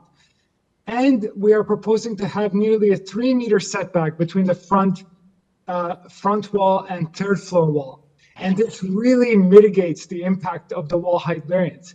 But we have gone a bit beyond that by setting in the second floor front wall as well.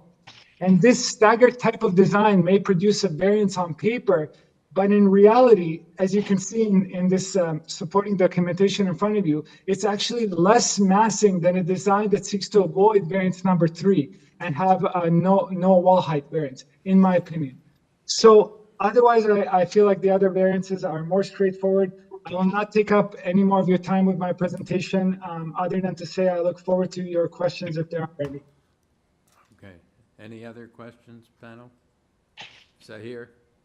Just a quick question. Just looking at your alternative design, is the roof actually sloping downward from the front to the back?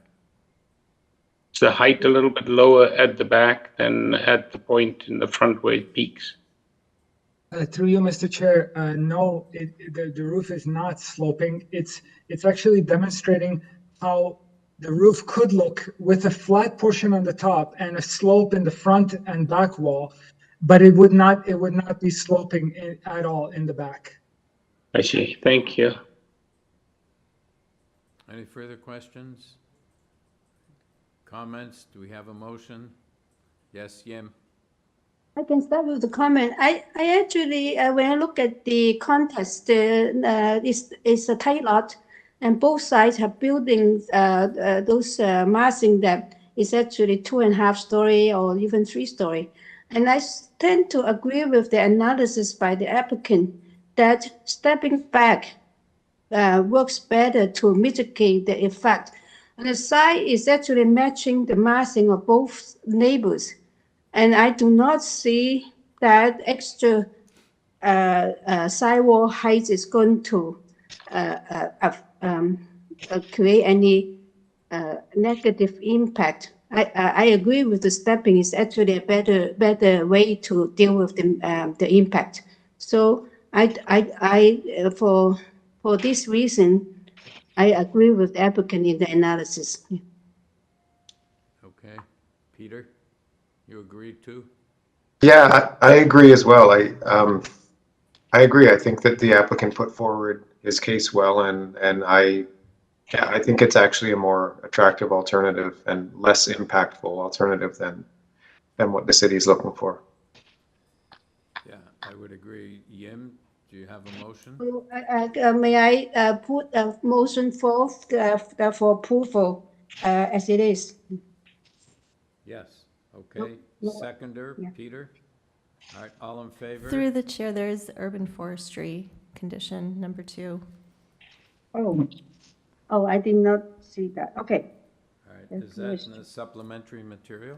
Yes, it was received late in the supplemental material. The urban forestry memo is dated May 12th. So that's part of your motion, Yim? Yes, please, yeah. Forestry and Peter, okay, all in favor? You have your approval, thank you. All right, and that is now 1:16. The morning agenda is complete. We return at, Madam Deputy Secretary Treasurer, 2:16?